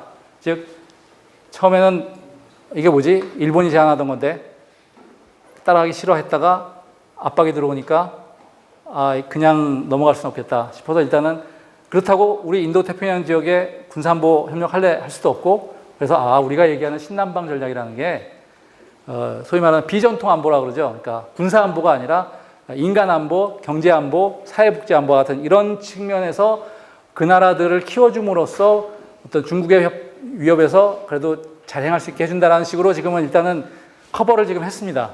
일단은.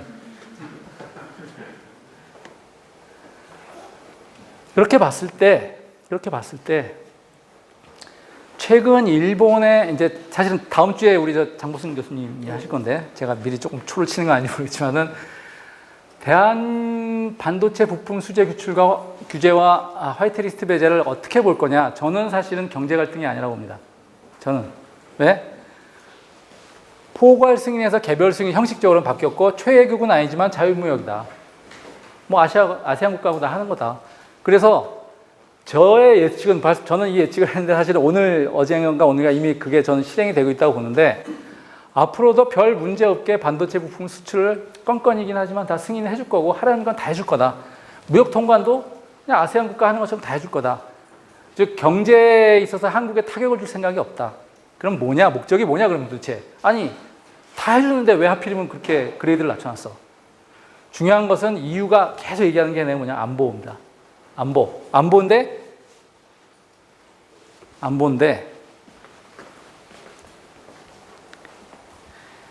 핵심 목적은 뭐냐면은 왜 자꾸 안보를 얘기하느냐? 그리고 이제 국가 간 약속을 안 지킨다 그러느냐? 그 위안부 협의나 아니면은 이제 그 증용별.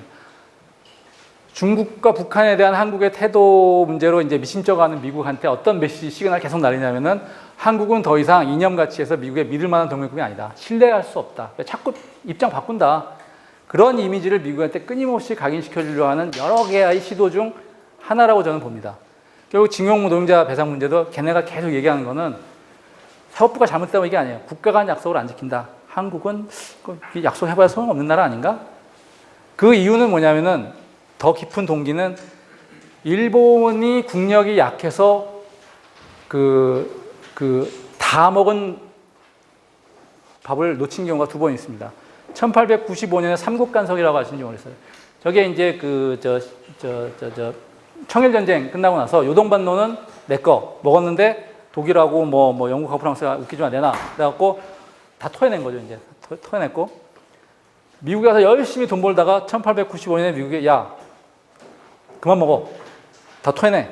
그래갖고 또 한 번 잃어버린 20년 경험을 한 건데 아까 기억을 되살려보면은 사실은 안보를 의존하는 나라가 글로벌 협상력을 못 가진 나라가 과연 경제에서 어디까지 자기 목소리를 낼 수 있겠느냐, 협상 과정에서.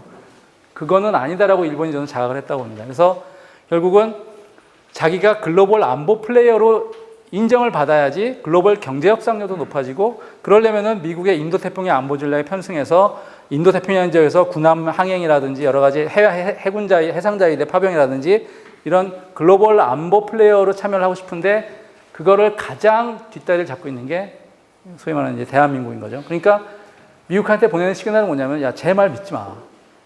어차피 쟤는 지역 안보에 도움 안 되니까 우리가 이제 아시아 지역 안보 우리가 책임질게. 왜? 미국의 지금 세 가지 전 세계 안보 전략이 바꿨습니다. 전에는 시장 개방 다 해주고 동맹국의 영토가 침략당하면 영토 보호해주고 뭐 이런 것들이었는데 지금은 뭐냐면 다 철수하고 있습니다. 해외로부터 미군들이 상당히 많이 철수를 하고 있고요. 사실상 그 공백을 파트너한테 맡겨주려고 그러고 이제 시장에 도움이 되는 자기네 국가의 경제 이익이 되는 데만 동맹국이지 절대 안보 동맹국은 없다.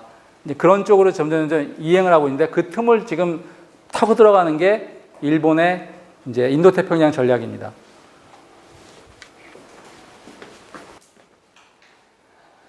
그럼 언제 어떻게 대응을 했느냐? 여기는 논란이 있을 수도 있습니다. 저도 굉장히 고민이 되는 부분이고요. 결국은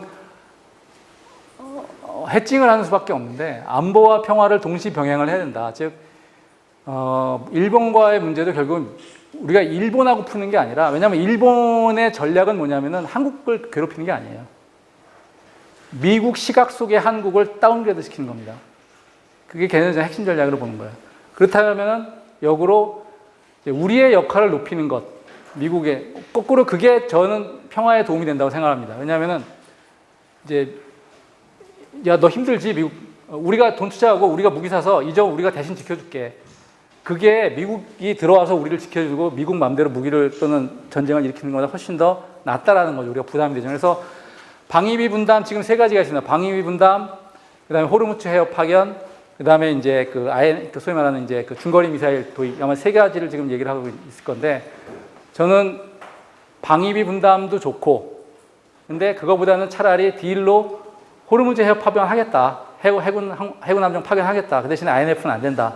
이 정도로 이제 딜을 쳐야지 일석이조로 미국 인도 태평양 전략에 적절한 수준으로 참여하면서 우리의 이제 해군 해양 이제 어떤 그 전투력을 좀 드릴 수도 있고, 또 미국 글로벌 안보 파트너로서 역할을 제고하고, 동북아 및 한반도에서 일본이 아니라 우리가 이제 더 주체가 돼서 중국과 북한까지도 우리가 어느 정도 커버할 수 있다.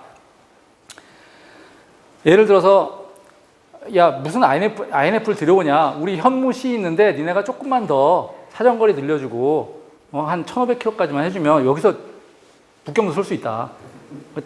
니네가 필요하면 우리 거 나중에 빌려줄게. 핵공유라는 개념이 예를 들어서 미국 걸 우리가 공유하는 게 아니라, 자, 우리가 해놓을 테니까 니네가 필요하면 써. 하지만은 이게 북한과 중국의 입장에서 봤을 때는 미군이 들어와서 맘대로 이제 하는 것보다는 그래도 그나마 한국군이 중거리 미사일을 보유하는 게 조금은 더 안심이 수용 가능하지 않을까라고 저는 보는 거죠. 그래서 이로 인해서 북한이나 중국과 관계가 어려워질 수도 있지만, 그래도 미국이 한 번에 직접 전략 무기를 전개하는 것보다는 상대방이 수용하기 좀 쉬울 거라고 생각이 들고요. 우리가 하지 않으면 미국이 직접 하고자 할 것이고, 이를 거부하면 한미동맹 체제에 불신감이 발생하고, 이게 일본이 가장 바라는 또 하나의 포인트이기도 합니다. 그래서 굉장히 신중하게 일본과의 관계에서 지금 특히 군사정보 문제나 이런 부분들은 좀 풀어야 될 것 같고요. 갑자기 이제 일본으로 이제 많이 빠졌는데 뭐 이건 다 소용없고,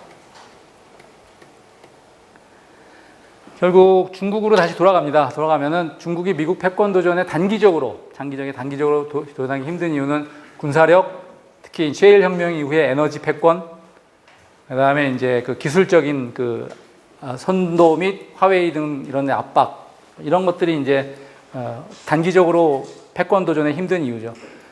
중국의 전략 기조는 뭐가 되느냐, 뭐 정리된 건 아니지만 제가 이제 여러 가지 자료를 통해서 이제 정리를 한 바로는, 아까 그 책 보면은 100년의 마라톤이라고 했죠. 100년간의 마라톤. 결국은 장기전이다. 2049년까지. 그래서 숙이고 갈 수도 있고 아니고 갈 수 있지만 목표를 바꾸지 않는다. 이게 중국의 특징입니다. 즉, 꿇을 때 꿇는다. 중국에 굉장히 유명한 사건이 있었는데요. 어느 날 어느 시당 서기가 길거리에서 이렇게 칼로 찔려서 죽지는 않고 그 중상에 빠졌어요. 수사에 들어가서 그걸 자꾸 찾아보니까 바로 신복이었던 그 부하였습니다. 왜 그랬느냐? 약 15년 전에 이 사람을 그 부패나 이런 걸 해갖고 감옥에 넣으려고 했다가 제발 살려주세요. 충성을 다하겠습니다. 라고 살려줬는데 15년 동안 칼을 가른 거예요. 한신이 다리가랭을 기여한 거에서 중국에서 아무도 욕 안 합니다. 그게 영웅호걸이다. 굽힐 때 굽힐 줄 알고 나갈 때 나갈 줄 아는 게, 그게 능신능굴이. 중국의 기본 태도는 굽힐 때 굽히더라도 목표를 잃지 않는다. 2049년 목표 그대로 간다. 그래서 애국주의를 강조할 거다. 이게 장기전이고, 그러려면은 기술을 더 이상 수입하기 힘든 상황 속에서 자체 기술 혁신을 가속화해야 된다. 그리고 그걸 통해서 재생에너지라든지 어떤 뭐 태양광이라든지 이런 에너지 안보도 보장을 하고, 또 1대1로를 통해서 에너지 안보 아까 말한 대로 보장을 해야 된다. 그리고 이 두 개가 합쳐서 신흥 개도국, 즉 1대1로와 기술 혁신을 통해서 아프리카, 동남아, 중동, 중앙아시아, 동유럽 등의 신흥 개도국의 발전을 지원하고 시장을 개척하면서 지역적으로는 글로벌 차원에서는 미국과 중국이 주도하는 이중 시장, 즉 똑같은 시장 경제인데 헤게모니가 다른 두 나라가 어떤 장벽을 치고 있는 두 개의 이중 시장을 형성을 하고, 예를 들어서 선진국 시장을 미국이 장악을 한다라면은 소위 말하는 아프리카, 중동 뭐 이쪽 시장을 중국이 장악하고, 동남아에서 치열하게 이제 두 개 싸우는 그런 이중 시장이 될 거고, 기술도 역시 중국이 기술 수준이 낮지 않기 때문에, 특히 기술 수준이라는 건 제품에 들어간 기술 수준이기 때문에 중국의 소프트 파워가 단순히 문화가 아닌 테크놀로지도 하나의 소프트 파워라고 봤을 때 그걸 가지고서 저는 듀얼 스탠다드 체계로 기술 시장을 운영을 하려고 할 거다. 저는 뭐 그렇게 지금 장기 전략을 판단을 하고 있습니다. 이건 뭐 재미있는 얘기고요. 결국은 우리가 중국에 대해서 아니 뭐 문명 수준도 약하고 야만적이고 뭐 그런데 사실은 과거에 보면은 새로운 문명과 국가를 이뤘던 세력들은 다 야만인들이었습니다. 왜? 기존의 문화적인 시스템, 기존의 예절 발음, 기존의 관념에 얽매이지 않으면서도 동시에 앞선 기술 문명을 가지고 있는 실용주의적인 전사계급들이 또 이민족 오랑캐계급들이 사실은 항상 새로운 문명을 만들어 왔던 거고 미국도 카우보이라고 유럽에서 엄청나게 그러니까 놀림받았거든요. 저 벼락부자, 총제비들, 유럽의 그 우월한 그 문화하고는 모르는 자기만 자랑할 줄 아는 에고이스트. 그게 이제 미국의 전형적인 이미지인데 그 나라가 사실은 문명을 이룬 거예요. 왜? 겁이 없기 때문에. 중국 아무 데서나 이렇게 우토리 벗고 막 그러죠. 그래서 이제 사람들이 생각해요. 중국에 과연 그러면은 그 소위 그 근대화 이론에 따르면 중산층이 7,000불 이상을 넘으면 민주화가 당연히 되는 거 아니냐. 한국도 그래 왔으니까. 그럼 중국도 당연히 그 민주화가 되지 않겠냐. 저는 그렇게 생각하지 않습니다. 왜냐하면은 더 상위 가치들이 있을 수 있거든요. 더 상위 가치. 그러니까 제가 요거부터 말씀을 드리면은 너무 오해하네. 그러니까 제가 미국에서 유학할 때 그 천안문 시위 주동자급에 속하는 그 학생을 하나를 만났어요. 미국에 유학원. 그 친구는 그때 도망을 가갖고 한 5년 동안 저 시골 청도나 이쪽 그야말로 대장정 하듯이 시골에 숨어 살다가 산 넘고 물 건너서 홍콩으로 나가갖고 이제 미국으로 이제 건너온 친구인데 그때 이제 강택민이 장점민이 미국에 방문하면서 논쟁이 붙었습니다. 학생들 사이에서 이렇게 항의 시위 인권 뭐 항의 시위였는데 이 친구의 입장이 재밌었는 게 자기는 일단은 공산당 지지한다. 자기는 천안문 시위에 참여했지만 공산당을 지지한다. 왜? 자기가 한 5년 넘게 시골을 이렇게 산 동네를 돌아다니다 보니까 그 5년 동안 경제가 좋아지고 인민들의 삶이 계속 성장하는 걸 느꼈다. 지금 중국 인민에 있어서 인권은 풍족한 삶이다. 그래서 조건부지만 일단 자기는 중국 공산당을 지지한다. 라는 이제 입장을 가졌고요. 이게 이제 영웅이라는 영화인데 이 영화는 굉장한 그 정치적 메타포가 있는 영화입니다. 그 진시황을 암살하는 자객 형가가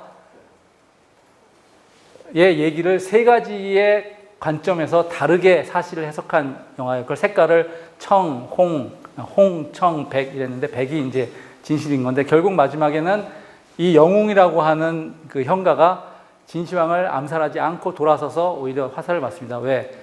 진시황이 보기 싫지만 우리 부모도 죽였지만 그냥 간신히 통일이 되어 있는데 진시황을 없애면은 다시 천안은 대란으로 빠지게 되고 결국 그 상황에서 죽어나가는 건 인민들이다.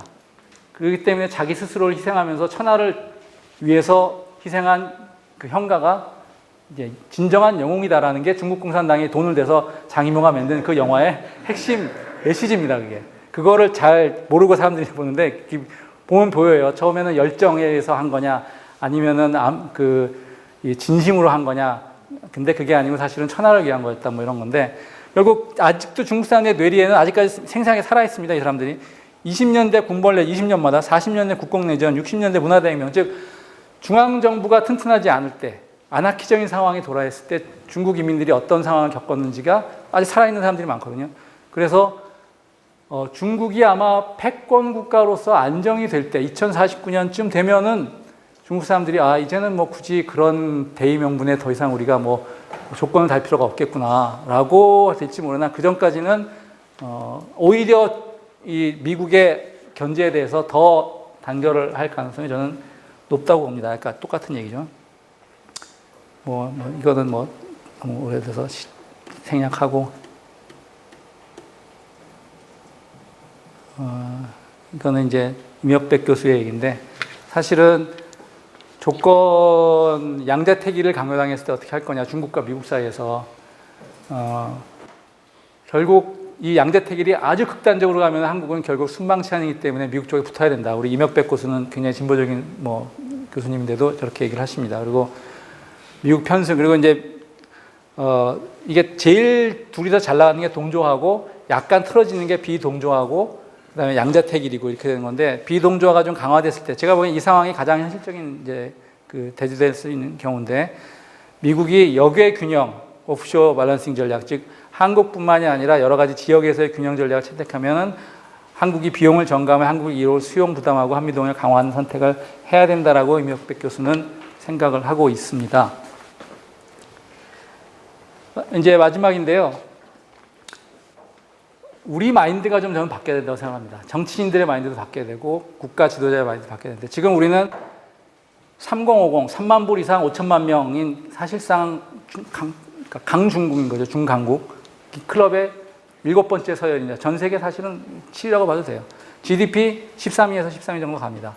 그리고 2년 연속 수출 세계 6위, 6천억 달러 돌파했고 1인당 GDP PPP 기준으로 IMF에서는 일본이 28위고 우리가 29위입니다. 1위밖에 차이가 안 납니다. 전 세계 시장 점유율 조선 34%, 전 세계 디스플레이 점유율 45%, 휴대폰 점유율 22%, 반도체 점유율, 저거는 메모리, 비메모리 합쳐서 16%입니다. 그랬을 때 이 정도의 경제적인 글로벌 경제 이상을 가진 나라가 한반도밖에 관심이 없어요. 특히 남한밖에 관심이 없어, 어떤 의미에서는. 굉장한 이거는 비대칭입니다. 마치 일본이 과거에 야, 안보는 그냥 미국이 해. 난 경제만 할게. 했다가 결국은 글로벌 협상 파워에 딸려갖고 그 온갖 수모를 다 당했던 그 현상을 우리도 겪어야 되느냐? 저는 그거는 정말 피해야 된다고 보고요. 결국 우리의 아까 말한 3050 7위 국가, GDP 13위 국가에 걸맞는 한반도 외 지역의 글로벌 평화 안보를 지키는 플레이어로서 어떤 비전과 실질적인 부담과 공헌과 기여와 그걸 통한 우리의 안보 역량 강화, 그것이 없다라면, 오직 경제 문제에만 초점을 맞췄다라면 저는 경제도 결국은 일본과 같이 지금 이렇게 당할 수 있고 우리가 일본에 당하듯이 또 미국한테 당할 수 있고, 저는 다음 대선 후보는 그래서 지금처럼 이렇게 새로운 판짜기가 진행 중인 이런 위기와 기회가 발생하고 있는 정세변에 대해서 한반도를 넘어서는 생존과 발전의 길을 제시해야 되고, 그게 말뿐만이 아니라 그거를 실행